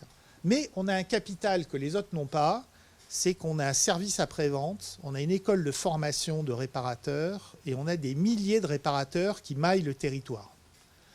Et en fait, ce capital, il faut l'exploiter. Et donc, ils ont dit, en fait...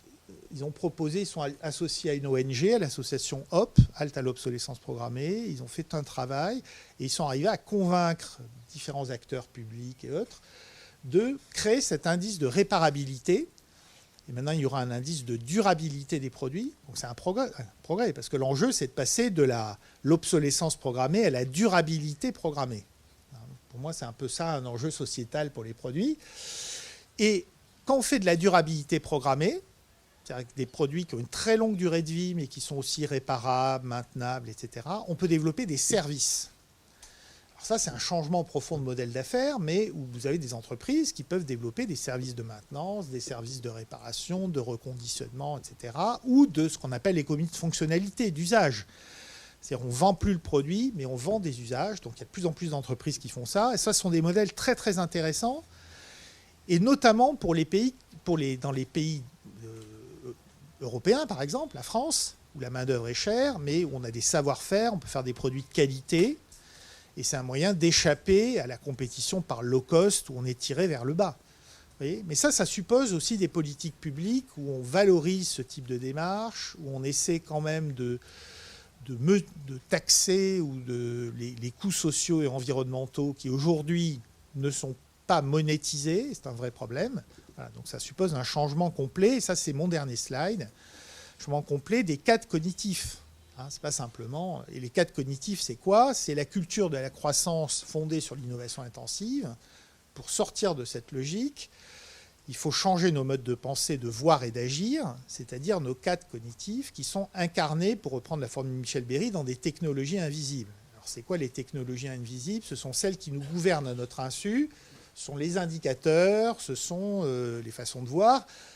C'est vrai pour les acteurs publics qui sont obsédés, par exemple, par la règle des 3%, par le taux d'endettement, par je ne sais quoi. Vous voyez, la politique économique, aujourd'hui, c'est quand même comment revenir à moins de 3% de déficit budgétaire. C'est quand même ça qui, en gros, gouverne l'action publique. Après, le reste, c'est un peu... Et dans les entreprises, c'est pareil, il y a toute une série d'indicateurs. Donc là, c'est un énorme travail qui est à mener. Ce n'est pas moi qui vais le mener, évidemment. C'est beaucoup de gens. Il faut revoir les indicateurs de performance macroéconomique, revoir les indicateurs des entreprises et rompre avec la logique de recherche des coûts les plus bas. Voilà, excusez-moi, j'ai un peu débordé. Merci pour votre attention.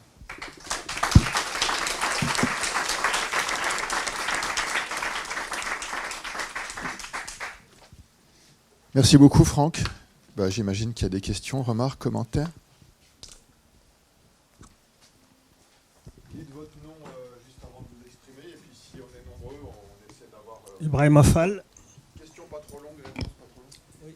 Merci beaucoup pour la qualité de votre ouvrage, qui écaille les certitudes. J'ai une question. Je n'ai pas pu m'empêcher de penser à Bernanos, à une de ses phrases dans son livre « La France contre les robots ».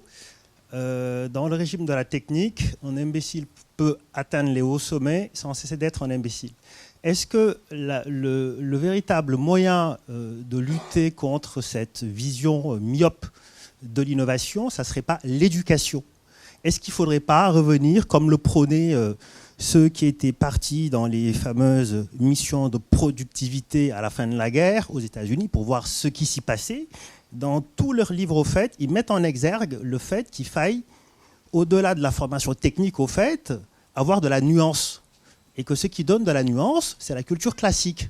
Est-ce que pour pouvoir faire absolument toutes les choses pertinentes que vous dites, il ne faudrait quand même pas le soubassement qui est, à mon avis, une culture classique qui donne la nuance, qui permet d'avoir de la nuance et qui permet aussi de lutter contre cette propension qu'on a à éliminer l'incommensurabilité, au fait. Parce que même la finance, écologique, etc., on essaie de mettre une équivalence de choses qui ne sont pas forcément équivalentes dans la vraie vie. Voilà. Merci beaucoup de votre... Et je vous remercie parce que vous fûtes... dans votre jury. Dans mon jury de thèse. Je m'en souviens très bien. Très bien. Puis je vous ai vu sur Xerfi aussi. Ah, c'est génial. Merci beaucoup. Très bien. Non, merci beaucoup pour votre question qui est très très pertinente et je partage complètement. Alors il y a un auteur que je n'ai pas cité mais qui est dans mon livre que je discute, qui est Jacques Ellul, parce que ça va tout à fait dans votre sens, qui a écrit, qui a été visionnaire trop tôt. Donc il a été très mal reçu à l'époque où il a écrit ses ouvrages, mais il y a un ouvrage notamment qui est très intéressant qui est autour de qui est la société technicienne. Voilà, où il explique qu'effectivement, on est dans nos sociétés modernes, dans une logique où la technique est partout et où la formation, l'éducation est elle-même centrée autour des techniques et de l'enseignement des techniques. Et du coup, tous les acteurs voient les problèmes sous un prisme technique. C'est-à-dire, à tout problème, il y a une réponse technique. Alors technique, ça peut être développer un produit, une technologie matérielle, mais ça peut être développer une technologie de gestion, par exemple, une technologie économique. Vous voyez ? Et ça, c'est un vrai problème. Et vous avez complètement raison, parce que quand je dis Aguillon, finalement, c'est ça. C'est de dire, oui, il y a des problèmes écologiques, donc on va avoir une réponse technique. Ben non, c'est pas ça la bonne réponse. Puisqu'on voit bien tous les pièges. Donc il y a tout un travail d'éducation qui est à faire. Je disais qu'on a perdu les savoirs, des savoirs tout à fait essentiels. On ne sait plus rien faire aujourd'hui. Hein. Donc il y a probablement à explorer, par exemple, aussi le potentiel des low-tech. Hein, on nous bassine avec les high-tech, c'est très bien. Mais il y a beaucoup... Parfois, c'est utile. Par exemple, pour faire de la maintenance prédictive à distance, c'est important d'avoir des capteurs, etc. Donc là, c'est utile. Mais il y a de la sophistication technologique qui n'a pas vraiment de sens. Hein. Par exemple, d'avoir des vêtements connectés, quelle est l'utilité sociale? C'est impossible à recycler. Je prends cet exemple, parce que je ne trouve pas ça très, très... Pourquoi les véhicules, aujourd'hui, sont bourrés d'électronique, coûtent des fortunes, sont inaccessibles au commun des mortels? Je sais pas, vous allez au Maroc, ils roulent en Logan avec des vitres, des lèvres-vitres mécaniques. Il n'y a même pas de climatisation, mais c'est très robuste. Donc ça, c'est adapté aussi à un usage, c'est adapté aux revenus des populations. Alors, je ne suis pas pour l'automobile, mais vous voyez un petit peu. Mais vous avez tout à fait raison. Je pense qu'il y a un travail d'éducation qui est absolument essentiel, mais il faut revoir toute l'éducation à tous les niveaux. Hein. Ça va de l'école maternelle jusqu'au niveau supérieur. Alors sur l'éducation, juste un point, c'est qu'un des auteurs dont je me suis beaucoup inspiré, c'est un historien économiste américain qui s'appelle Joel Mokyr, qui a écrit un livre qui s'appelle « La culture de la croissance », « Culture of Growth ». Alors, il remonte très très loin et il dit il y a un basculement dans l'histoire de l'Occident où à un moment, on a dit ce qui est important, c'est de produire des connaissances utiles. Donc justement, la culture générale et tout ça, c'est très sympathique, mais ça, c'était l'ancien monde où on se cultivait. Maintenant, il faut que ce soit utile.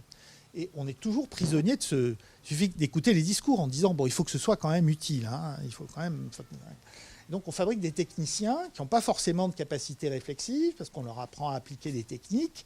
Voilà. Donc je pense qu'il y a effectivement beaucoup de choses à faire. Merci de votre remarque.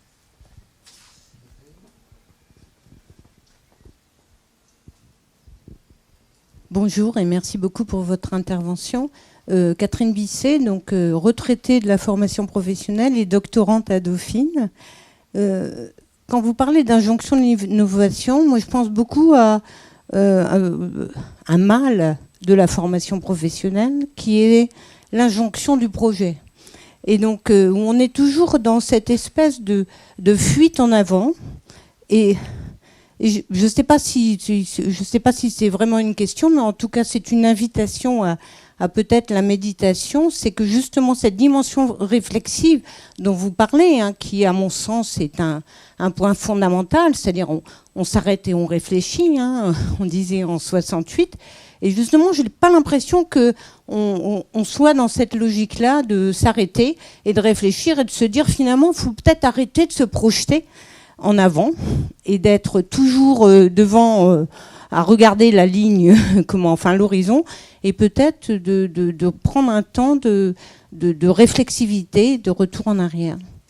Alors je fais un développement assez long en fait sur les effets indésirables de la gestion par projet. Donc ça va tout à fait dans votre sens, parce qu'effectivement la culture projet c'est totalement répandue absolument partout, hein, dans le privé, le public et ailleurs. Donc tout est géré sous forme projet. Alors, sur le principe, pourquoi pas, mais le problème, c'est la façon dont ça a été utilisé, approprié. C'est-à-dire que le projet dans les entreprises, et j'en parle d'autant mieux, j'ai fait des recherches de terrain là-dessus, où j'ai pu observer les effets délétères en question. C'est que, en fait, le risque, et c'est ce qui se passe dans beaucoup d'entreprises, c'est l'escalade des engagements. Vous voyez, vous faites un projet, vous dites, c'est chouette, j'ai fait une voiture, je sais pas quoi, en 2 ans, à tel prix. Ben, le prochain projet, ça va être 1 an et demi, etc. Et puis le projet suivant, ce sera 1 an. Et alors ça produit quoi? Ça met les acteurs sous stress. Alors on nous dit, oui, le projet c'est formidable, c'est le pack de rugby, c'est la cohésion. Mais il y a une autre phase du projet, c'est Janus, le projet. Vous voyez, il y a ça, c'est pas faux, effectivement, il y a une émulation, les gens travaillent ensemble. Mais il y a une autre phase, c'est que dans les projets, notamment d'une certaine taille, ils passent des contrats, il y a des risques, ils prennent des engagements, et quand ils ne respectent pas les engagements, on leur dit « mais comment ça se fait que tu n'aies pas respecté ton engagement ?» Et là, ce n'est plus du tout la logique du projet, c'est la logique de recherche du bouc émissaire. C'est quelle est la personne qui a fait échouer le projet, pourquoi la centrale, pourquoi le projet EPR est passé de 4 à 15 milliards, pourquoi, alors qu'il devait être développé en 4 ans, 15 ans plus tard, il n'est toujours pas sorti, etc. Donc il se trouve qu'on a un doctorant qui avait travaillé là-dessus. La thèse avait été mise sous embargo pendant 5 ans. L'embargo était fini, j'ai fait une chronique là-dessus. C'était une très très belle thèse de Frédéric Garcia, où il explique, il dit en fait il n'y avait plus de compétences. C'est-à-dire que pendant 20-30 ans, on a arrêté de fabriquer des centrales nucléaires. Donc les gens étaient partis à la retraite. Donc, ils ont été remplacés par des jeunes et avaient perdu des compétences un peu basiques, par exemple les soudures. Bon, voilà, le problème sur les soudures, ça ne doit pas être très, très compliqué. Maintenant, plus personne ne savait faire des soudures. Et donc, c'est intéressant. Ils ont pris des engagements. Puis après, voilà. Donc, effectivement, je suis d'accord avec vous. Cette logique de projet, ça fabrique cette espèce de course permanente. Parce qu'on fabrique l'urgence est fabriquée. Vous voyez, c'est pas... c'est un artefact. Dominique. Et puis, pardon. Bonjour, merci beaucoup. Je m'appelle Céline Mounier, je suis sociologue de métier, je travaille chez Orange. Je vais avoir juste 2 questions. La première, c'est comment se fait-il que le premier rapport Meadows, puis les suivants jusque dans les années 90 de mémoire super bien documentée, n'aient pas eu la publicité qu'ils auraient mérité. Et la deuxième, c'est en fait sur la place de l'art dans nos vies, qui, quand on est dans l'expression artistique, d'une certaine manière, c'est une forme de sobriété heureuse. C'est peut-être naïf, mais je la pose quand même. Alors, c'est des questions intéressantes et pas faciles. Alors, sur le rapport Meadows, il sort pas au bon moment. C'est souvent, vous savez, il y a beaucoup de travaux qui sont prémonitoires, mais qui ne sortent pas au bon moment. Vous voyez, l'idée de Kairos, c'est pour qu'une idée ait une réception dans la société, il faut des conditions. Et 72, c'est la période où on est les 30 glorieuses. Il n'y a pas encore la crise pétrolière. Donc c'est les 30 glorieuses, il y a 5-6% de croissance par an, tout le monde s'enrichit. Et donc ils sortent ce rapport, alors qu'ils présentent aussi certains défauts, parce que c'est un peu des projections, où en gros il dit en 2000, il n'y aura plus de ressources. Bon, il se trouve qu'on a trouvé d'autres ressources. Et les spécialistes des gisements, je vous dis, de l'extraction, nous disent, technologiquement, on trouvera toujours des solutions pour trouver des ressources. Peut-être qu'avec Elon Musk, on ira en chercher sur Mars ou au fond des océans à 10 000 mètres de profondeur. Mais est-ce que ça a un sens ? Qu'est-ce que ça va coûter sur le plan énergétique, financier, etc. Et donc, en fait, le rapport Meadows a été tout de suite enterré parce que ça coïncide avec la conférence de Stockholm de 72, qui est la première conférence de l'ONU sur, en gros, la croissance et l'environnement. Donc, c'est la première. Il y avait un concept à l'époque, c'était éco-développement, c'est-à-dire qu'on devait asservir le développement aux limites planétaires. Enfin, ils n'utilisaient pas ce terme-là, mais c'était ça l'idée. Okay ? Alors là, ça a été tollé de tout le monde, c'est-à-dire des pays développés qui ont dit mais comment ça, nous on est en pleine croissance, les données ne sont pas fiables, etc. Et pays émergents, à l'époque on disait en développement, disait mais nous on veut rattraper les pays développés, donc on ne va certainement pas se limiter, etc. Et donc voilà. Et puis après il y a eu la crise pétrolière, le chômage, on a dit bon il y a d'autres priorités que de régler les questions environnementales, et on s'est intéressé à d'autres sujets. Voilà, donc c'est ce qui explique, si vous voulez, une sorte de passage à vide assez long. Parce qu'il y a eu un moment, effectivement, début des années 70, où on s'est intéressé vraiment aux questions environnementales, parce qu'il y avait eu des accidents, il y avait eu des pollutions massives, etc. On avait créé des institutions, il y avait une naissance de l'écologie politique. René Dumont s'était présenté à l'élection présidentielle en 1974. Il y avait des mouvements, mais voilà, ça, c'était pas au bon moment. Ça, c'est... Et alors, votre deuxième question sur l'art... moi, je pense que justement, sur la question des imaginaires, il faut mobiliser toutes les ressources possibles, et donc y compris les ressources artistiques, parce qu'on voit bien que les tableaux, les films, les expositions, les pièces de théâtre, les romans, ça touche énormément les gens.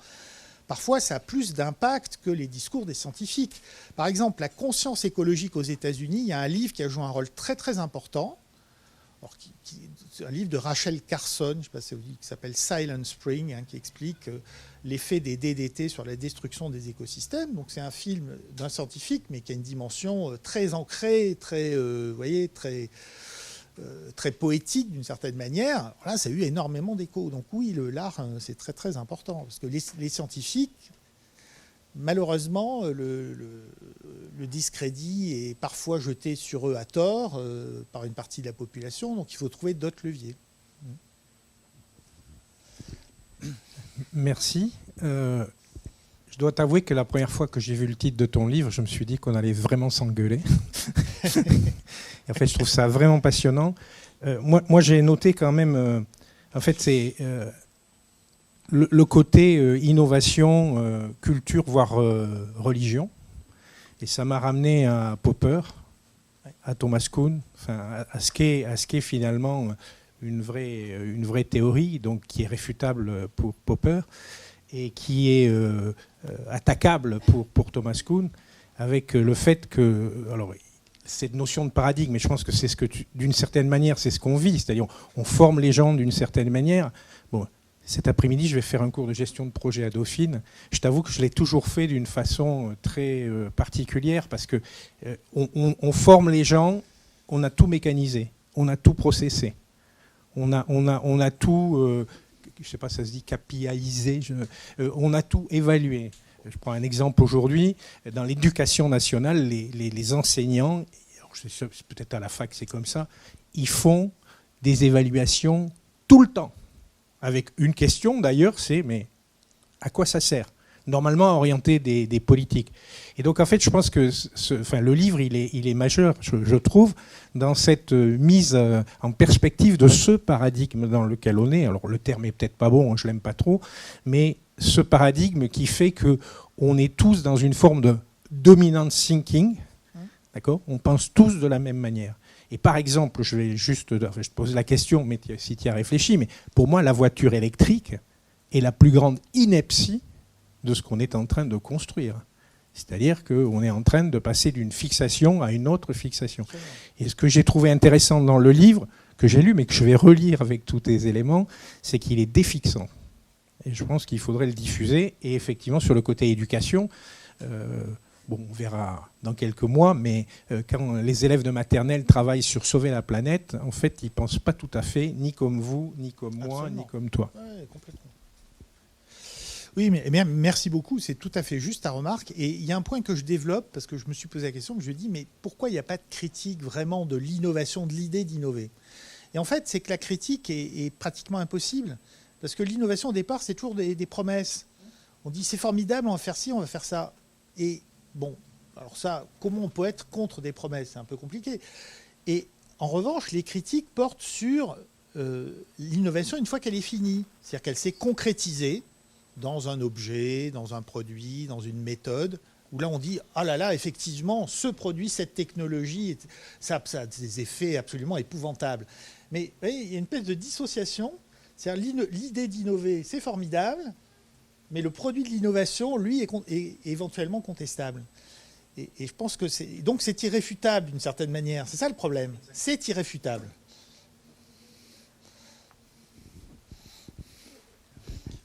Bonjour Albéric Tellier, professeur à Paris-Dauphine. Merci Franck pour à la fois ce livre et cet exposé. Moi j'enseigne le management de l'innovation, donc merci. Ça m'a amené à me poser des questions, voilà, et à se dire mais finalement manager l'innovation, pourquoi faire, voilà. Donc l'ouvrage m'a accompagné cet été. Et merci pour cet exposé. Il y a une idée qui revient en deuxième partie de l'ouvrage et que tu as abordée, c'est sur la question de la responsabilisation des acteurs de l'innovation. On essaye un peu en cours, en abordant par exemple l'éco-conception, des choses comme ça, mais sans doute pas suffisamment, et cet ouvrage permet de prendre conscience de ça. Et notamment la responsabilisation de l'innovateur sur les conséquences à long terme. Tu disais, on pourrait imaginer une responsabilité sur le futur. Alors, moi, où ça m'interroge, c'est que je pense que la difficulté d'envisager cette responsabilisation, elle vient du fait que en fait, l'innovation, elle suppose un processus d'appropriation par les utilisateurs. En fait, c'est les travaux de Madeleine Acriche que tu connais évidemment.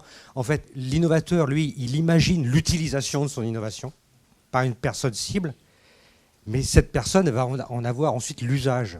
Et on sait bien qu'il y a des décalages énormes entre l'utilisation et l'usage. Quand on invente le SMS, on n'a pas conscience de la manière dont les gens vont s'approprier ça. Et l'usage, on le sait, c'est quasiment non prescriptible en fait. Le projet Vinted, par exemple, tu parlais de la mode, on peut le voir comme une réponse à certaines dérives de l'industrie de la mode, en permettant le développement de la seconde main. Il y a des études qui montrent qu'en fait, que ça pousse à la surconsommation, parce que des gens se disent, puisque je sais que je pourrais revendre facilement, je peux acheter plein de choses. Tu parlais des vêtements connectés, on peut trouver ça stupide. On peut se dire que, je sais pas moi, des cardiaques, des diabétiques ou des enfants autistes, ça pourrait être des trucs super en fait.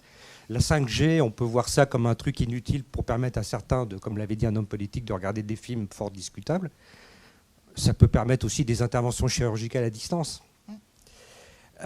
Et donc, ma question, elle est simple, c'est comment on peut concilier la nécessaire évaluation des conséquences à long terme de l'innovation avec l'impossible prévision de son destin en fait. C'est vraiment la question centrale. Hein. Je veux dire, moi, c'est une question qui, non, mais c'est une question qui m'intéresse. Je pense que c'est vraiment la question centrale. Franchement, j'ai pas de réponse. C'est pour ça que dans la troisième partie, j'ai pas voulu être donneur de leçons en disant c'est très simple, il faut faire ci, ça et ça. Je dis voilà quelques pistes qui sont actuellement explorées par différentes personnes qui me paraissent intéressantes, mais il y en a probablement beaucoup d'autres. Et donc, je pense qu'un des enjeux, c'est d'inventer ce management de l'innovation qui est orienté vers le futur, qui est responsable, qui est ça, etc. C'est parce que c'est pas simplement des grands principes, c'est qu'il faut qu'il y ait des dispositifs concrets qui peuvent être appropriés, qui aident les gens à équiper les gens pour être plus réflexifs et se projeter dans le futur. Donc, je prenais l'exemple de l'analyse de cycle de vie ou le principe d'éco-conception. Effectivement, ça devrait être systématique parce qu'il y a des aberrations qui sont faites aujourd'hui. Où on cherche systématiquement des sophistications qui empêchent le produit d'être réparable, etc. Donc ça devrait même être interdit d'une certaine manière, puisque on se rappelle que Apple avait été condamné pour obsolescence programmée, parce qu'ils ont un système complètement propriétaire intégré où ils veulent tout contrôler. Bon, c'est assez problématique, ça pose des problèmes de société. On pourrait imaginer des choses différentes, mais tes questions sont très justes parce qu'effectivement, on sait bien, tu disais les SMS, le Minitel, plein de choses.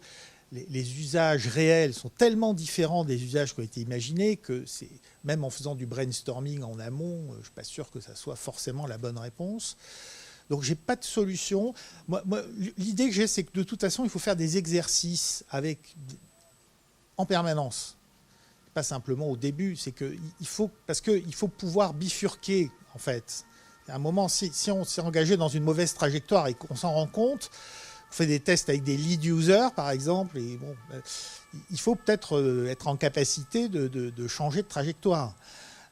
Moi, ce que je trouve problématique dans beaucoup d'innovations, c'est que c'est ce raisonnement incrémental, qui est très problématique, ou alors c'est les grands choix politiques. Par exemple, quand on dit on va investir dans des gigafactories là, pour des batteries pour la voiture électrique, les gigafactories, c'est pour faire des batteries qui utilisent beaucoup de métaux rares parce qu'on veut une autonomie très très grande, parce qu'il y a des marketeurs, des constructeurs qui ont dit les consommateurs veulent des voitures avec beaucoup d'autonomie.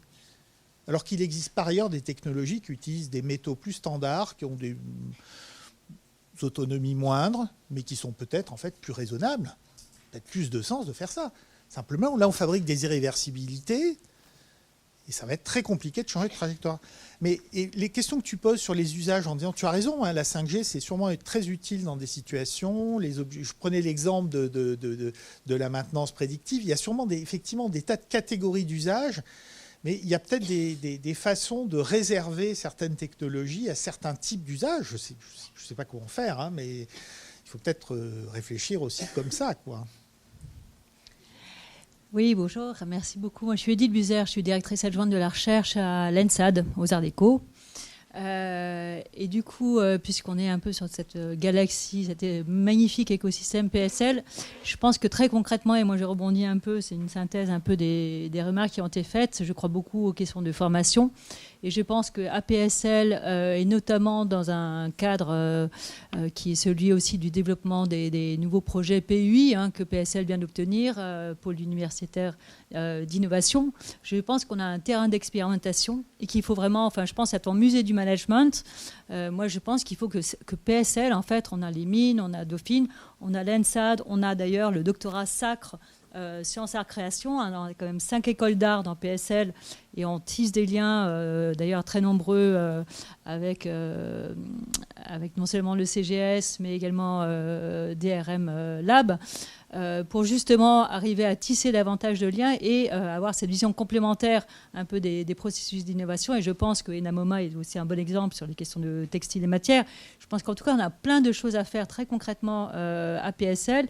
Notamment, moi, je pense qu'il ne s'agit pas de monter des groupes de travail, mais est-ce qu'on ne pourrait pas se dire que, puisque là, on va avoir émergé beaucoup de projets technologiques, beaucoup de projets entrepreneuriaux au sein de PSL via ce nouvel appel à projet que PSL a remporté, est-ce qu'on ne pourrait pas essayer de travailler un peu ensemble pour justement développer des projets d'innovation responsable? Je pense qu'on a un enjeu très fort à PSL de développer ce type non seulement de réflexion, mais d'outils pour œuvrer un peu à cette innovation responsable. Donc voilà. Donc je pense qu'il faut déjà essayer de travailler ensemble, non seulement peut-être dans le cadre des futurs PG. Moi, j'essaye de... Nous, on est dans le PG art. Programmes gradués, voilà, qui sont très disciplinaires pour l'instant. Et donc, on essaye, nous, en tout cas à l'ENSAD, de décloisonner ça et d'intégrer de plus en plus d'autres programmes gradués, notamment, je l'espère, en management. Mais je pense qu'en termes de recherche, d'avoir un système qui puisse peut-être suivre les projets d'innovation technologique et entrepreneuriaux qui vont être développés au sein de PSL. En tout cas, moi, je pense que le CGS, DRM Lab, nous, on sera ravis à l'ENSAD sur la partie design de contribuer à ces réflexions et puis voilà, de se doter d'indicateurs. Parce que c'est vrai que les chercheurs, moi, j'étais avant à Dauphine, chargée de valorisation de la recherche à Dauphine. J'ai beaucoup accompagné les chercheurs dans le foisonnement de tous ces appels à projets qui en 20 ans est devenu exponentiel. Et donc, moi, je suis absolument effrayée par cette capacité qu'ont les chercheurs, d'ailleurs, à répondre à tous ces appels à projets. Et c'est une injonction qu'on leur impose. Mais tout ça me semble... Enfin, je suis un petit peu, non seulement critique, mais... un petit peu inquiète. Et donc, voilà, je pense qu'il faut quand même que les chercheurs qu'on s'approprie un petit peu. On parlait d'usage, Albéric parlait d'usage, mais je pense qu'il faut qu'on s'approprie dès à présent ces enjeux et que chacun, on essaye d'œuvrer à ce travail-là. Oui, c'est une remarque, mais c'est un point, c'est pour dire qu'en fait, on a déjà initié des partenariats avec l'ENSAD et Dauphine, parce qu'on fait une semaine PSL sur l'éco-conception, que j'organise avec une collègue, et on fait ça en partenariat avec l'ENSAD. Et on fait travailler, en fait, et donc il y a l'Enamoma, donc on fait travailler des ingénieurs, des designers, voilà, et on les oblige on les fait travailler en groupe, et on les oblige à se mélanger, parce qu'ils n'ont pas les mêmes compétences. Et en fait, ça marche très très bien. Oui, voilà, il faudrait faire des choses comme ça, mais à une plus grande échelle.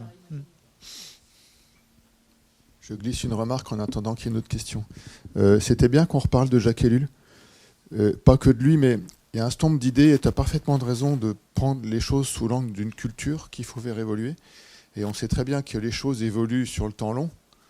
Je faisais remarquer à mes étudiants la journée de rentrée, parce qu'on parlait de ces évolutions longues, que quand je dis que quand j'ai commencé à enseigner à Dauphine en 85, il fallait que je précise que mon cours était non-fumeur, ils ne me croient pas, les gens. Sauf que là, on n'a peut-être pas 30 ans ou 40 ans. Bon. Donc, Ellul disait des choses du type, il faut accepter une forme de non-puissance, ne pas aller aussi loin qu'on pourrait. Et la discussion, ce que tu disais, Albéric, sur finalement les vêtements connectés, Ellul disait c'est pas neutre, la technique, c'est ambivalent. Et on est vraiment en plein là-dedans. Mais il disait aussi que, comme tu l'as souligné, le système technicien est caractérisé par la recherche permanente de l'efficacité maximale.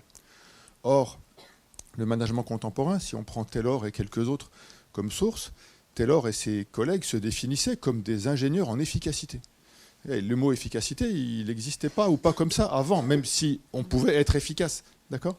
Donc, je pense qu'il faut approfondir cette question de diffuser des cultures qui soient une combinaison, en quelque sorte, d'instruction civique, de cours de morale, parce que dans le monde, il y a des choses qui vont bien, parce que parce que ça ne se fait pas de ne pas le faire.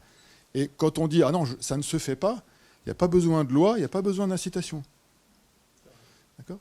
Donc, instruction civique. Un cours de management, par exemple, ça doit inclure une part d'instruction civique, de morale au sens noble du terme. Et puis, combiner ça avec, comme tu l'as dit, un tas d'essais, un tas d'expérimentations, un tas de choses, parce que ça va venir en bottom-up, ça va venir avec Céline Mounier qui est ici, on a pas mal bossé sur les middle grounds, comme des espaces institutionnels intermédiaires qui permettent de gérer les transitions, notamment d'après des travaux de Saint-Saulieu et autres. Bref, donc, ça, comme le dit Edith, ça brasse, ça grenouille, ça fuse d'idées dans tous les sens. Et il faut probablement faire de l'expérimentation, y compris territoriale. Je terminerai juste en citant nos collègues Elsa Berthet et un autre de l'INRAE qui racontaient à un colloque à Cerisy autour des travaux d'Armand Hatchuel leur expérience dans le Haut-Poitou où ça prend du temps, mais ils arrivent à fédérer plusieurs dizaines, puis plusieurs centaines d'acteurs locaux pour penser ensemble quelque chose. Et donc, on retrouve bien ce que tu disais sur les parties prenantes avec lesquelles on travaille ensemble. Notre collègue du MIT, Amos Winter, qui racontait il y a quelques années maintenant, à une conférence qu'on avait organisée, son expérience du fauteuil roulant pour les pays en développement. Et on voit qu'à la fois, c'est un pur scandale que les fabricants traditionnels n'aient pas pensé à ça avant. Et en même temps, il montre bien que c'est en impliquant l'ensemble des parties prenantes qu'ils ont fait cette innovation qui est allée jusqu'à l'industrialisation, etc. Les étudiants de M1, je vous montre ça demain matin dans le premier cours de management de l'innovation. Donc voilà, c'est quelques remarques au passage, mais Ellul absolument centrale. Je crois qu'Ibrahima est d'accord, hein, on en a pas, Charbonneau, c'est ça, et d'autres. Et c'est intéressant de voir que tous ces gens-là, leur production, elles ont été oubliées ou enterrées. Ellul était quand même traduit aux États-Unis beaucoup et célèbre là-bas plus qu'ici, mais ça c'est classique. Donc en fait, je dis ça aussi pour les jeunes qui sont là. Oui, c'est inquiétant. Ça s'aggrave, ça augmente, mais ce n'est pas une raison pour être paralysé. Comme disait Catherine, qu'est-ce qui se passe ? Qu'est-ce qu'on fait quand ça ne va pas ? On s'arrête puis on réfléchit. Alors on a cru qu'on avait réfléchi pendant le Covid, c'est ça le problème. On a cru qu'il y avait la pause là, et qu'on s'est tous dit ce ne sera plus comme avant. D'accord ? Sauf que, évidemment, dernier point, il y a un enjeu de modélisation, y compris de l'action collective, parce que je veux bien agir, mais je fais quoi demain matin ? Est-ce que je continue à faire ce que je faisais ? Je bosse chez Total, je continue ou j'arrête. Et je veux bien diviser par 15 ma consommation de viande et ne plus presque prendre l'avion, mais si je suis le seul, ça va m'énerver. Et donc, tu soulignais justement qu'il fallait rendre la sobriété désirable, et ça, on sait depuis des lustres. Lisez, puisqu'on parlait d'art, La condition humaine de Malraux, par exemple, on voit qu'on est prêt à se sacrifier pour une bonne cause, à condition qu'elle soit juste, partagée. Et voilà. Et donc, ça revient à l'idée de bosser sur les mouvements sociaux et l'adhésion sociale à des choses, et d'arrêter tous ces paradigmes d'incitation et de réglementation. Mais c'est du boulot. Voilà, j'ai meublé un peu en attendant que vous ayez d'autres questions. Merci beaucoup pour ta remarque. Je voulais juste faire un commentaire parce que je pense que c'est effectivement très très juste et important. Effectivement, je partage tout à fait l'intérêt pour Lull, qui a été vraiment visionnaire dans son livre Le système technicien et dans d'autres avant, parce que c'est vraiment une vision d'ensemble. Il explique vraiment comment la pensée technicienne a complètement imprégné la société à tous les niveaux, y compris des actions individuelles, à des échelles organisationnelles. Donc, parce que souvent on dit oui, le technicien est ailleurs, mais moi je ne le suis pas. Si, tout le monde l'est, et on est totalement imprégné par cette forme de raisonnement autour de effectivement l'efficacité, l'exploitation du potentiel. Et il faut essayer de s'auto-limiter. C'est assez compliqué. Mais par exemple, tu as tout à fait raison sur l'idée que une des explications pour expliquer pourquoi tout le monde, en gros, fait la même chose, c'est ce que Gomez appelle la rationalité mimétique. Puisque, je sais pas, les autres entreprises font comme ça, forcément, on doit faire comme ça. Puisque les autres universités ont mis en place tout un ensemble de dispositifs, nous-mêmes, on va copier le dispositif. Et donc ça, c'est effectivement lié à des dimensions qui sont très largement culturelles. Et donc, il y a tout un travail à faire pour sortir de cette nasse, parce que, en fait, c'est nous-mêmes qui nous sommes prisonniers d'une façon de penser et d'agir. Et sur les aspects low-tech, très brièvement, en fait, ça a souvent une connotation négative parce qu'on a énormément valorisé la rupture, le high-tech, etc. Il y a des tas de solutions, et on le voit bien aujourd'hui parce qu'il y a beaucoup d'articles et de réflexions sur des solutions inspirées de la nature pour résoudre un certain nombre de problèmes. Alors, dans le domaine de l'agriculture, c'est particulièrement frappant parce qu'il y a eu un virage technologique massif depuis la Deuxième Guerre mondiale avec l'agriculture chimique, avec la mécanisation, avec la sélection génétique, etc., où on a dépossédé les agriculteurs d'un certain nombre de savoirs. Donc aujourd'hui, ils sont dépendants des coopératives, des techniciens, des boîtes de produits phyto, etc., alors qu'il y a des expérimentations absolument fascinantes qui marchent, de permaculture, où on va essayer de s'inspirer de la nature pour avoir des plantes, des agencements qui sont complémentaires et qui permettent d'éviter d'utiliser des intrants avec des rendements excellents, etc. Mais, contrairement à ce qu'on pense, le low-tech, ça demande énormément d'intelligence et de compétences. Énormément. C'est ça le frein. C'est que si on n'a pas la formation, les compétences, on ne peut pas faire ça. Donc ça demande du travail, de l'attention. On ne peut pas partir en vacances pendant 3 mois. Alors qu'on le peut avec l'agriculture chimique, hein. Vous faites des céréales, vous bombardez de ceci, vous pouvez partir en hiver quelque temps, c'est possible. Non, là c'est très très exigeant sur le plan des compétences, de même que, et ça c'est intéressant dans le livre sur la maintenance, des collègues dont je parlais, il dit la maintenance c'est l'attention aux choses, et ils nous rendent sensibles en fait à tous les savoirs, notamment d'observation, de diagnostic des spécialistes de maintenance. Il y a tout un passage, par exemple, sur les gens qui nettoient les graffitis dans Paris. Je trouve ça génial, parce que je ne m'étais jamais posé la question. Je me dis, bon, ça ne va pas être très compliqué. Si, c'est infiniment compliqué, parce que ça dépend du type de bâtiment. Est-ce que c'est un bâtiment classé, pas classé? Est-ce qu'on veut revenir à l'état antérieur ou pas? Après tout, c'est peut-être pas utile. Donc, il y a des tas de stratégies. Et quand il décrit, on dit, ah oui, c'est vraiment passionnant, en fait, ce métier. C'est vraiment intéressant. Donc il y a aussi une revalorisation de toute une série de métiers qu'on a dévalorisés pour de mauvaises raisons, en fait. Parce qu'on n'a pas les bonnes lunettes. Pour rester sur Jacques Ellul, il avait l'habitude de dire qu'on ne peut pas faire des citoyens avec des moyens de l'esclave, au fait. Voilà, on ne peut pas faire des citoyens avec des moyens qui sont faits pour faire des esclaves. Est-ce qu'il ne faudrait pas pousser le raisonnement plus loin, comme j'ai cru le lire il y a quelques jours avec Jean Jouzel, qui disait que on ne peut pas travailler à la transformation par rapport aux enjeux climatiques, etc., si on reste dans le paradigme du capitalisme. Est-ce qu'il n'y a pas, si on tire le fil, cet enjeu de réfléchir sur le système économique dans lequel nous sommes? Est-ce qu'on peut, malgré les bonnes volontés, réussir si on ne repense pas le modèle économique dans lequel nous vivons? Alors, il faut certainement repenser le modèle économique dans lequel on est. C'est ce que je dis, effectivement. Je pense qu'il y a un problème, déjà. Alors, j'essaie de capitalisme. Je ne suis pas très à l'aise avec les termes qui sont un peu trop généraux, parce que je ne sais pas exactement ce que c'est le capitalisme, à vrai dire. Je pense qu'il y a plein de capitalisme et que c'est un terme un peu englobant. On ne sait pas exactement de quoi on parle. Donc, j'essaie d'éviter d'utiliser...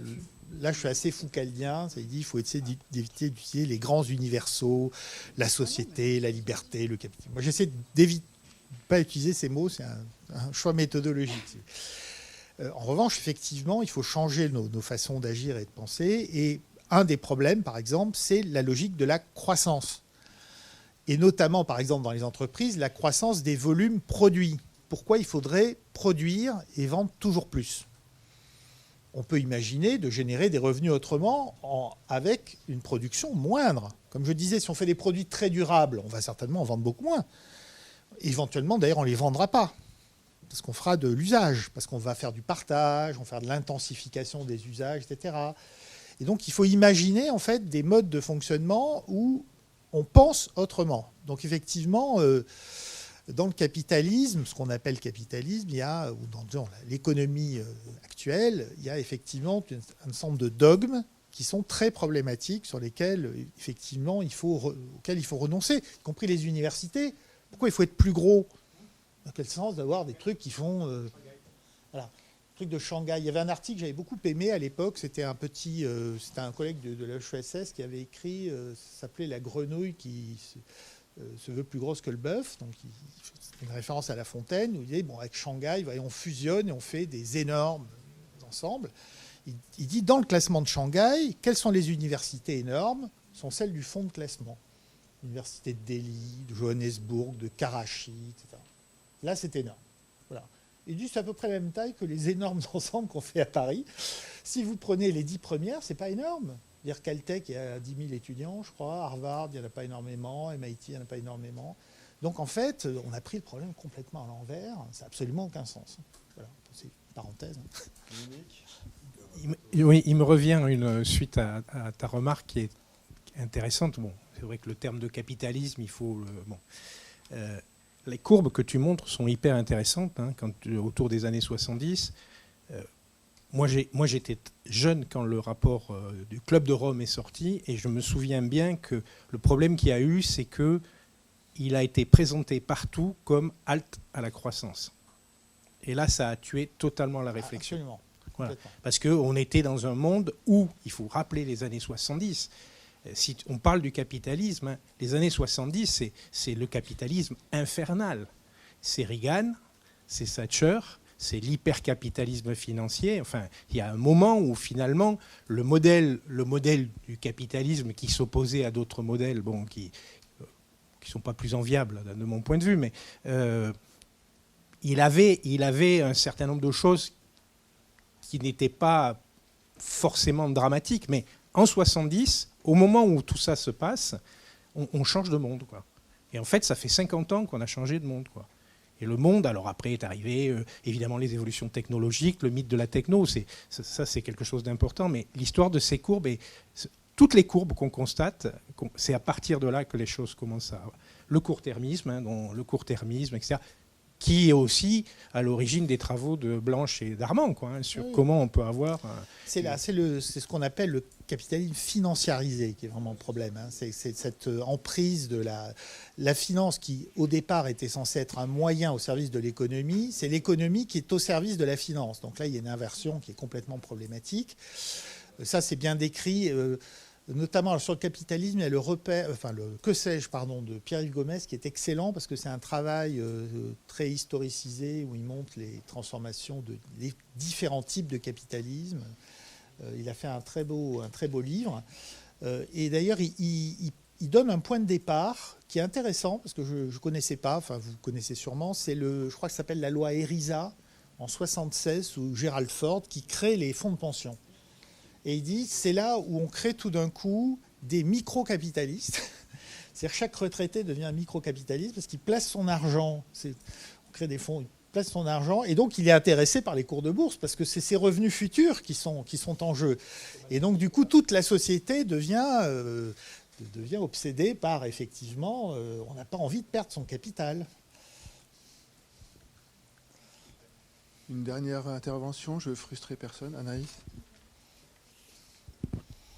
Bonjour, Anaïs Boutru, je suis maîtresse de conférence à Dauphine et donc au M-Lab. J'avais une question plutôt au sujet du politique, en fait, parce qu'il y a effectivement la responsabilisation individuelle, la construction collective d'autres horizons désirables, plus sobres. Mais je me pose la question de comment avoir accès, parce qu'on est dans les sciences de gestion et que finalement... on n'est ni des économistes et que plus difficile d'avoir accès aux politiques, au-delà de la partie législation, c'est-à-dire contrainte par la loi de ces transformations, mais d'amener nos dirigeants élus ou qui désirent être élus, d'intégrer cette vision plus nuancée de ce qu'est l'innovation, de ce qu'elle n'est pas et de comment elle peut... contribuer à une autre forme de croissance. Alors, je n'ai pas de réponse clé en main, mais effectivement, je pense que les sciences de gestion ont un rôle à jouer parce que les sciences de gestion, je dirais, c'est a priori, c'est assez agnostique. Il n'y a pas de raison que ce soit nécessairement au service de l'accélération de la technologie. On pourrait imaginer des formes, au contraire, on accompagne la lenteur, la réflexion, la projection, etc. On peut développer des techniques, des outils, des démarches qui vont dans un autre sens. Je prenais l'exemple de la comptabilité entrée de capital, c'est des collègues en gestion qui font ça. D'accord ? Mais c'est très intéressant, parce que là, effectivement, lorsqu'on commence à mesurer comme organisation l'impact sur la planète, dans certaines industries, ça fait peur. Hein. Ça change radicalement la structure du bilan du compte de résultat. Donc, si ça devenait une norme légale... donc là, c'est en travaillant, là, ils prennent leur bâton de pèlerin et ils travaillent concrètement avec des organisations, sur des objets, ils font des expérimentations. Alors, il y en a beaucoup d'expérimentations sont pour le moment confidentielles parce que l'entreprise dit on trouve ça très intéressant, votre idée, on pense que dans le futur, à un moment ou à un autre, il va se passer quelque chose comme ça, mais on a peur des effets de réputation, donc on va utiliser ça comme outil de pilotage interne pour commencer. Mais bon, c'est mieux que rien, c'est déjà ça. Mais je pense que du coup, il y a tout ce travail à faire avec une diversité d'acteurs. Par exemple, les théories de la conception qui sont développées à l'école des mines, ça pourrait être aussi réfléchir à des concepts low-tech, disruptifs, innovants. Hein. Voilà, on pourrait imaginer des choses, on dit... quelles sont les finalités, quelles sont des finalités qui sont désirables et qu'est-ce qu'on peut imaginer comme nouveau concept autour de ça. Un beau programme en perspective. Merci beaucoup. Merci Franck.